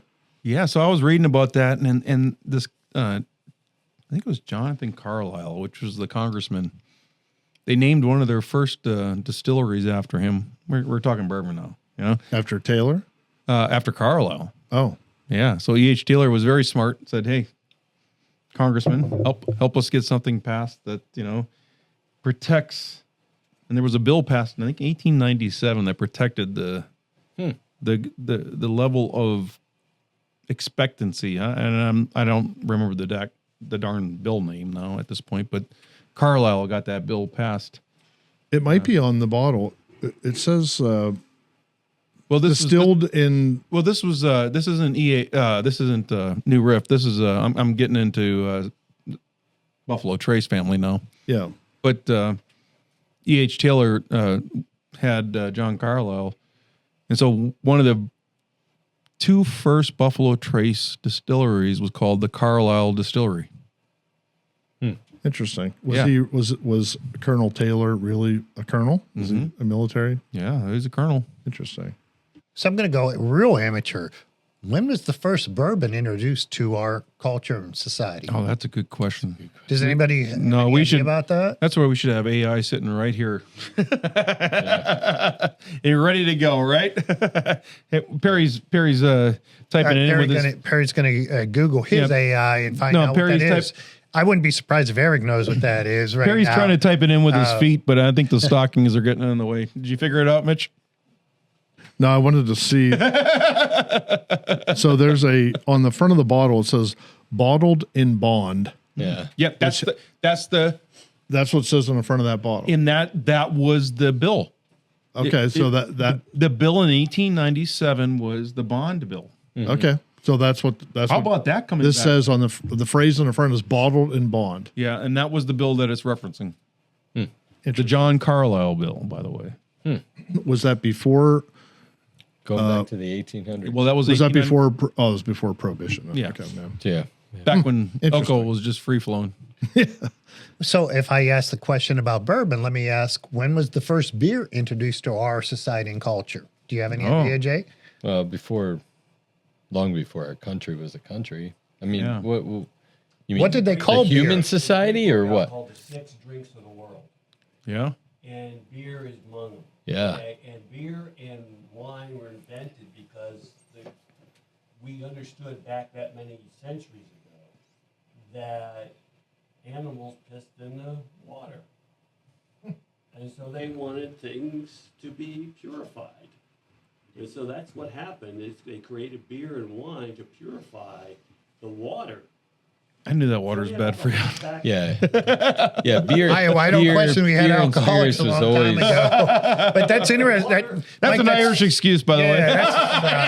That's some interesting information. Whether we understood that or not, in human history, Right. I think was what Mike's always- saying is, just drink alcohol. yeah, it was definitely historically a safer drink than straight water, for sure. You guys, the name bourbon Yeah. might not have been used until 1850s. Wow. Associated with Bourbon County, which was not evident until the 1870s. I gotta think it's been around longer than that, though. We're talking about. Bourbon County. Oh, so that's where the name Bourbon came from, was Bourbon County, Kentucky. Well, I that- want you to understand that the oldest guy in the room looked up this stuff. Yeah, on Google. Using technology. He didn't use AI, he used Google. I told him, That's why it took him so long to read it. So I'll ask a question, and Okay. and Jay undoubtedly knows the answer to this, and Eric probably does too. Yeah, Eric's sitting there going, I know all the answers. Do you know what? Put a do you mic know- on me, Mitch. Do you know what what the history of the IPA is? No. I know what the stated history is. So the It's debatable, but the stated history was that when the British were brewing beer, sending it to when they occupied India, Right. they had to go around the Horn of Africa, right? right. And the hops are a So the natural hops are a preservative, and they would preserve the beer for the long journey on the ships they to would get it over there. add extra. So that you say that's the stated history, but you don't think that's the actual history? It's debated. It's debated. It's thought that the whoever the East India Trading Company, whatever, whoever they contracted to send the beer, they may have just naturally been hyper hopping their beers. And British hops, if you've ever tasted an ESB, an English special bitter, English hops are very, very different than the hops we grow here in North America. They kind of taste like mulch or dirt. And Love that. Peat, right? but they peat. Yeah. They kind of have a peat flavor to them. Yeah. Put some prosciutto around the dirt. You still got a good deal. But here in America, we drink bourbon, not Scotch, and we we were also talking drink about Scotch. IPAs, not ESBs. But Scotch is a little hot. Scotch can be hot. Yeah, I mean, I kind of like some peaty Scotch, like smoky, peaty stuff. What the hell does peaty mean? Well, it means dirtish. So, well, it means it means natural. You Have know? you not had? Grassy, dirty. Yeah, and I told you guys, I think the story a few weeks ago. One of my first internships was the Palermo family, and Joe loved Johnny Walker. I did have before Blue or black he liked the red. It was just just very very hot Scotch, and I had to try to learn to drink the Scotch. Yeah, and, as a 21-year-old, and it was a very hard lesson. It's a whiskey, but it's bourbon. It's barley malt based, not corn.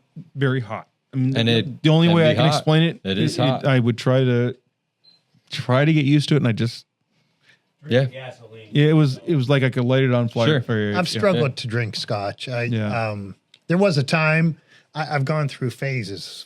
When I was in college, wow, this thing called vodka, it's pretty good. Then I went to gin.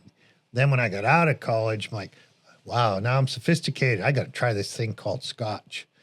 I thought it was drinking Band-Aids, okay? And that's what everybody said for the last 100 years. Yeah, but once you spend a lot of money on those Band-Aids. Well, sure. right. Johnson & Johnson's made a lot of money on Band-Aids, right? Hey, I used to work one. Be careful. Yeah, right. Hey, and Mike who? did work from Johnson & Johnson out in California. So you sold Band-Aids. Other things too. Or scotch. Right. Right. But no, I don't, again, this goes back to my novice nature with whiskey, bourbon, scotch, and the whole thing, because I'm just a beer guy at core. We're going to change it. So, yeah, you're changing it as we speak. But I didn't know all of these things about scotch. And Mitch, you've taught me so much about bourbon just in the last month, hanging out with you guys. Eric, some of the stuff you taught me about the Japanese whiskeys. It's that was really good, by the way. Yeah. This is a pretty cool gig that we got going on here. No, it fellas, was. right? And guys, we're going to continue this segment or continue this conversation for the last segment, which is where it always gets good. He was trying to say we're going to continue this segment. Yes. Segment 5. It's segment 5. We'll be right back.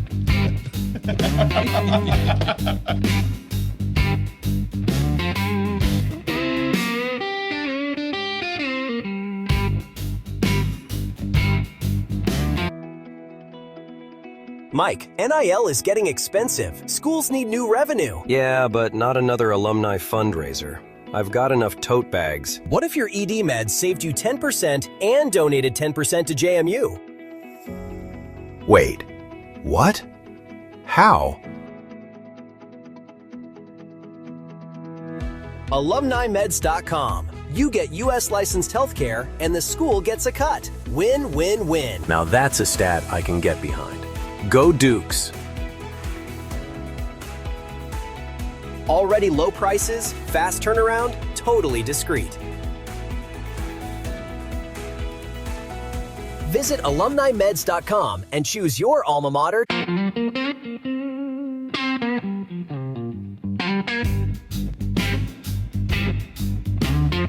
And we're back. And by the way, Louis has transformed into Eric Kowalski. Boy, you are handsome. It's the magic of Hollywood right there. I had to bring Eric back on because, you know, we mentioned earlier that we were talking about, you know, when you said a few weeks ago, math is God's mind. Math is God's mind. Yeah. Yes. That is powerful. And I think I even sent you the next day, or maybe it was the next day or the next day after when I was editing. I'm going, Eric, this has to be your next book. And now here you are, what, two, maybe into the third chapter deep? 2 chapters. Yeah, baby. Yeah. Yeah, It wasn't hard to write. No, which I love because, you know, from somebody that's coming from such a analytical mind, you know? Thank you. This won't be a long book. It'll be more of a mini book. Oh, I think it's more great. pictures?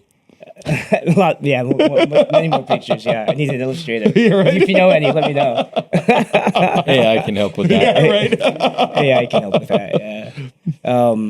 But the way I started it out, I started out the first chapter with basically mathematics makes reality intelligible, and therefore its ontological status can't be ignored. Ontological is an adjective of ontology, which is basically, how do you define ontology? It's the philosophical study of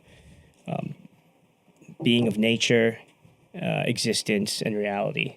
Which is some of the most spiritual, philosophical questions that we ponder as humans all the time, right? Yeah, and it's based off of Saint Anselm, or Anselm of Canterbury, where the concept of a supreme being necessitates its existence, and that's the first chapter, and it builds upon. So it builds. It's going to be probably 6 chapters, I think.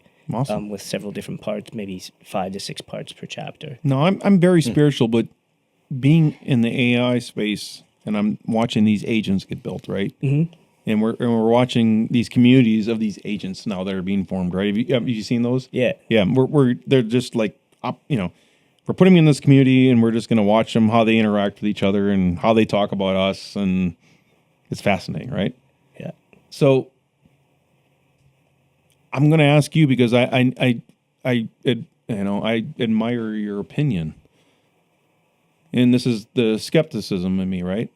And there's always skepticism, but I'm a true believer. Don't get me wrong. I don't want to let folks out there think that I'm not a man of faith.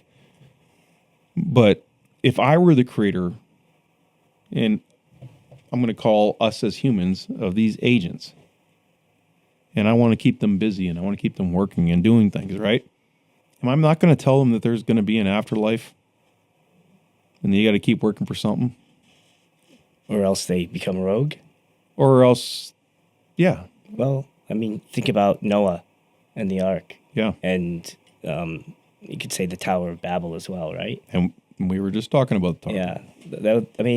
I think they just found the ark in Turkey, actually. They did. To be honest. Yeah, and did you see all the studies they're doing underneath with all the pipe? Yeah. Underneath, yeah. Right? Yeah, with the very fascinating. So now archaeology is actually backing up the Bible. Yeah. Jay. That triggered a thought. Yeah, please chime in. So, well, you said, the idea of a creator keeping the creation working. Okay. But if you look at the early chapters in Genesis, God assigned work to man before the fall of man. Okay. So Adam and Eve were required to be the tenders of the Garden of Eden, right? Yep. So work is not an effect of the fall, okay? But all of the bad stuff that comes with, anyway, this is segment 5. I'm just getting a little bit deep. I like to hear that because, that's the pushback that I want to hear. And trust me. Work is not, I don't think work is a negative thing. I think work is good. No, I do too. And by the way, I've been working more, and I just told my wife before I came down here to the studio, and even when I was working 70 hours as a private practicing attorney, I've been working almost endless hours lately, with the coding. And I told her, I said, I feel so fulfilled because this doesn't feel like it's something that I have to do. This is something that I want to enjoy it. That I want to do, and I want to create, right? Yeah. Yeah. And the desire to create. There's something that's a good thing, right? I think. No. Sorry, that's not where I thought we were going to go with this. But that's where I think I want to get back to because and I'm only trying to play devil's advocate because it comes into my mind once in a while. I'm sure it does everybody else out there, and and you hear that from the naysayers, right? There was science and there's religion. No. We're now seeing that science and religion, and Eric. I was going to say, the most important things in life, meaning, purpose, and virtue. Yeah. Mm. Yeah. You just said it. You enjoy doing what you do. If you have meaning in your life, you find your meaning, you search for purpose, and you're virtuous, you're going to have a good life. And that's Aristotle, eudaimonia. That's what that philosophy's about. And that's never wrong because, when it comes to virtue and when you're looking out for each other, yep, there's nothing more rewarding than that, right? Yeah, are you a good human? Yeah. I mean, be happy when people are successful rather than not, right? And that's a choice we make. Or somebody that's down on their luck, right? Yep. And then trying to help them out. Or yep. Or whatever that might be for the moment that's encountering you, that God's putting you in that spot. And to me, that is, and I'm not trying to turn this into the Bourbon with God podcast, but I do think that it's so important that you hit such a high note with us a few weeks ago. That's why I asked you to come back on. That's why Louis even suggested, that you come on because his pills don't rise to this level. This is spiritual. It is. Wow. Just wow. That's all I'm saying. And Eric, thank you for bringing us there. Jay, appreciate you. No, I appreciate you guys. Your minds are brilliant. Your talents are. I can't wait to read. Math is God's mind. Yeah. Well, Tower of Babel. Yeah. You were Yeah, you referenced it, and Jay and I were talking about that off air. About that. Yes. So tell me your feeling, especially with especially how with much AI agents, right? Yeah. So when God struck down the Tower of Babel and scattered and confused everybody, right? Yeah. It was because they were becoming too God. They were trying to become too godlike, right? That's the key. That's what God thought. Actually, I mean, you talk about the Old Testament. God was an angry God. He was pretty angry in the Old Testament. In the Old Testament, yeah. Either that, or we were just a disobedient creation. I've read the Quran cover to cover and the Bible cover to cover, because I think if you want to understand culture, religion is the base of culture. Oh, it is, and it's very interesting. It is the history book. Yeah, kind of cool. Two interesting cultures as well, very divergent. And now not only are we backing it up by science, but we're now backing it up by archaeology, as we just found, pretty much, I wouldn't say it's 100%, but we pretty much almost found Noah's Ark. Pretty much almost found Noah's Ark. I would agree with you. And that was one of the biggest stories of all, right? Where's this big boat? Right? Where are all these creations? Yeah. And you have some hyperbole, every animal 2 by 2, etc. But there's there's still truth to it. I always like the cartoon with the two male lions walking up. I don't know that one. Culturally, culturally relevant. They both have manes. Yeah, we're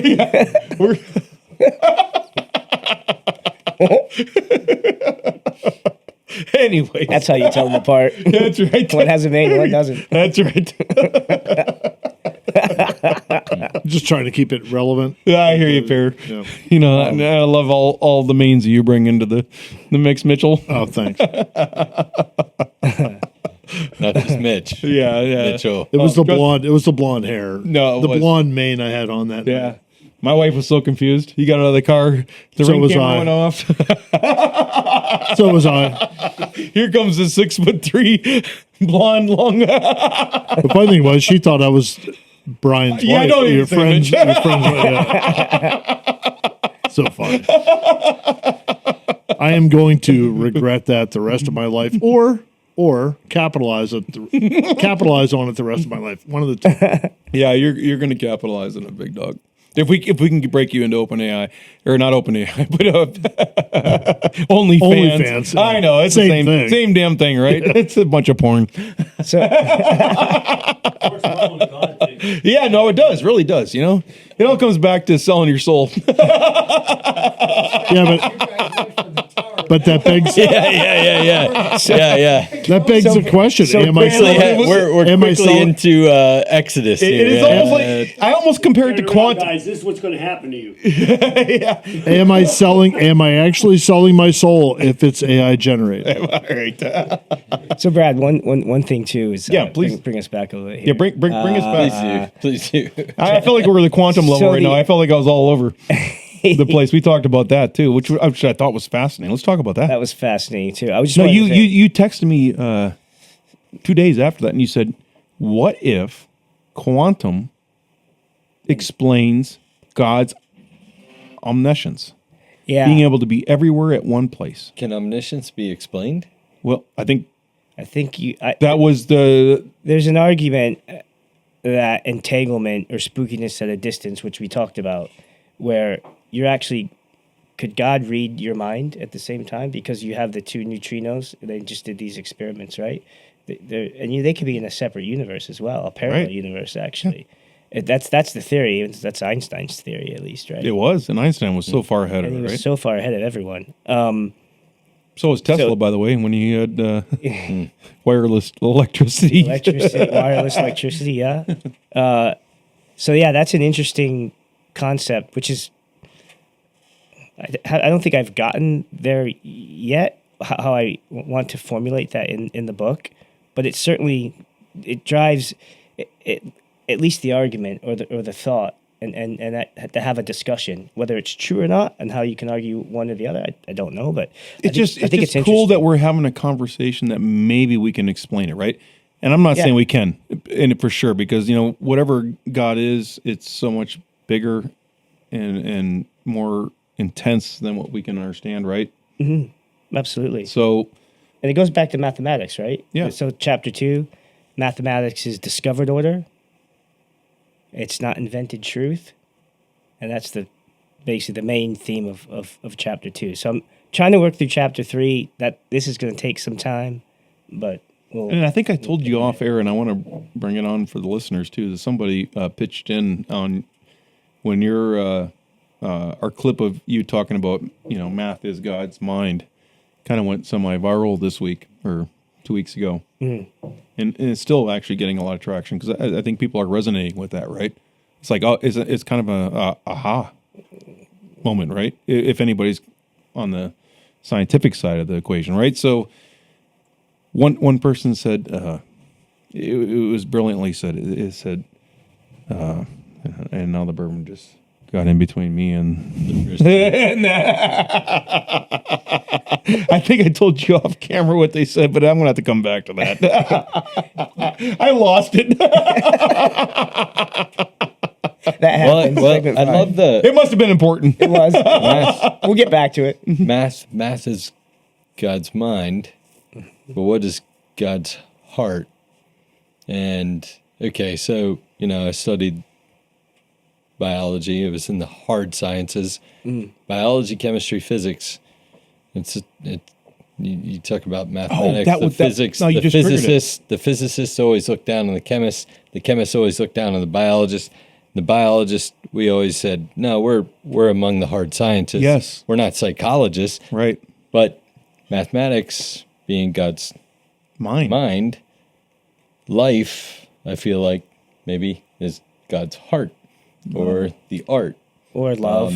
Well, and you just triggered or empathy. Yeah. Yes. Or we're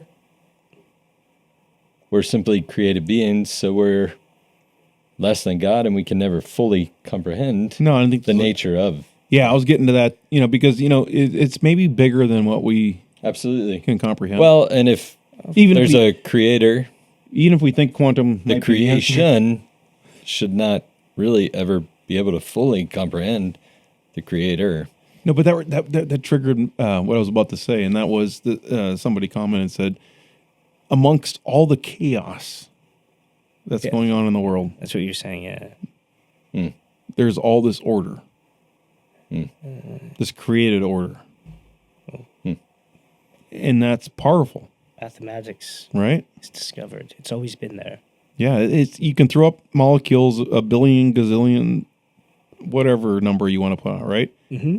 But to have order like we have right now, that's so mathematical. Like you put it in such, eloquent terms a couple weeks ago. I mean, celestial order. It is celestial. I felt like we were on a spiritual, plane. Yeah, and it's cool to find that plane because now everything makes a little bit more sense. It's just not this randomness. We're here for a purpose. Yep. Well, that's part of, yeah. And it's part of all of our discovery as to why, right? Yep. Yeah. And go back to meaning, purpose, virtue. If you live your life with meaning, purpose, virtue, it's very different than happiness, which is an ephemeral feeling. I mean, you feel happy. If you're happy, that's awesome, right? That's great. When you're sad, it's, not so great. But they're fleeting. It's ephemeral. It happens and it's gone. But meaning, purpose, and virtue, that's forever. It is. And that's what everybody, in my opinion, and I'm just one opinion, and that doesn't mean anything. Me too. But I think it's biblical. Mm-hmm. I think there's a lot to it, yeah. Yeah, I agree. And to be honest, I found myself in that, and that's what brought me back to finding a purpose. Yep. And you have. I have. Yeah. And it shows. I mean, you have 4 books about something that is meaningful in your life, and you have this show, right? Which is amazing. And you're not feeling necessarily happy, but you're feeling I found the purpose. And a lot of people don't realize that. Eric, I'm jumping out of bed 3 or 4 times a night, guys. I mean, not because I have a poor time sleeping, because I want to get up do it. and keep doing what I'm finding, right? Yeah. Get it. I get that. And at least one of those times, I got to grab ED pills just to finish what my purpose is, my special purpose. That's never happened before. Is that before or after? I knew it was coming. I knew it was coming. I was like, I should not take a drink right now. We got you, Mitchell. Is that before or after you start texting your friends? No, so you guys know that. Well, it's good. Good. Most of you know that I just don't never stop texting. Well, It's all hours. It's true. Never stops. This guy either has a prostate problem or he's up at all hours. some mornings I get up. I know, Mike. I know. Could be both. I get you.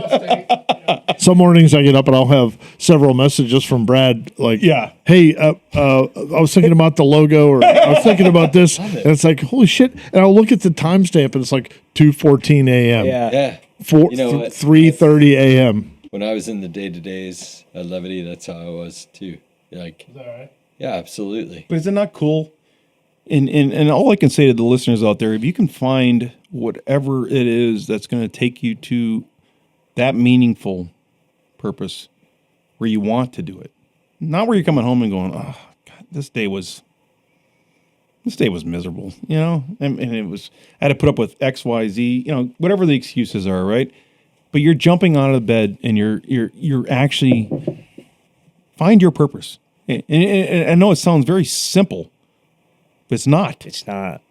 It's not. And it takes some finding to do. And if you ever have that moment in your life where you're jumping out of bed at whatever hour, then you found it. And I'm blessed because I found it. And if I die tomorrow, I'm a peaceful man. Peaceful man. That's a good word, peaceful, rather than happy man.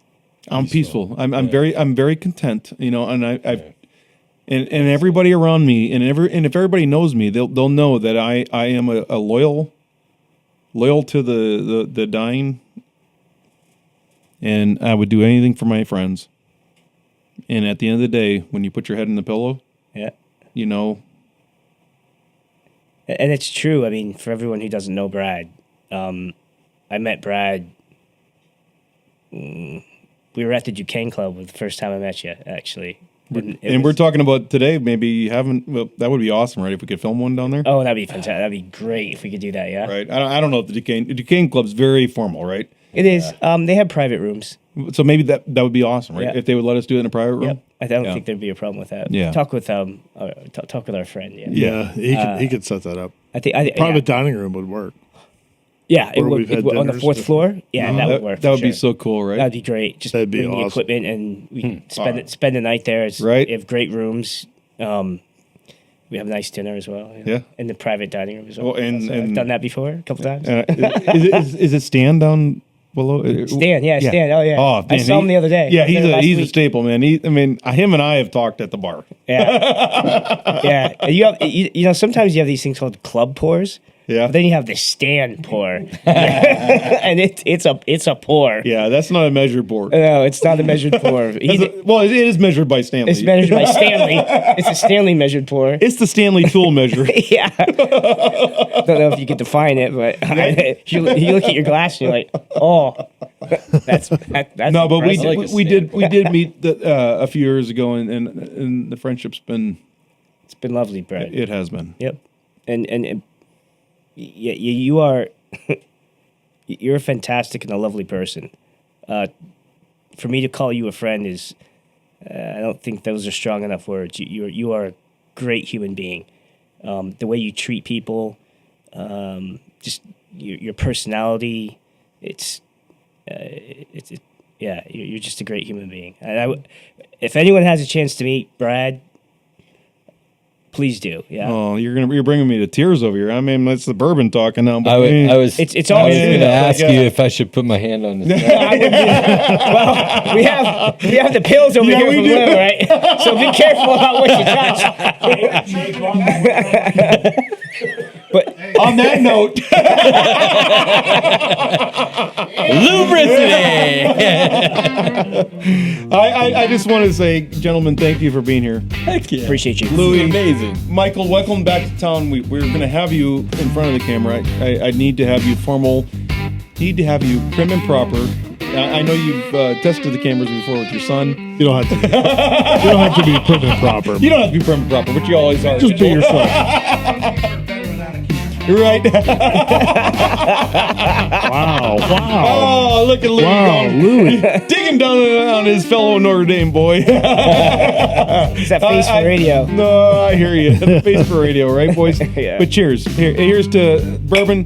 Here's to you, gentlemen. Louis. Cheers, guys. Cheers. Cheers. This is a great show. See you next time. This has been Bourbon with Brad. Be sure to like and follow. Cheers. The views and opinions shared on the Bourbon with Brad podcast are our own and those of our guests. Nothing we discuss should be taken as financial, legal, business, or gambling advice. Don't make investment, business, or betting decisions based on our conversations, as you should always talk to a qualified professional. Always drink responsibly, never drink and drive, and only consume alcohol if you are of legal drinking age.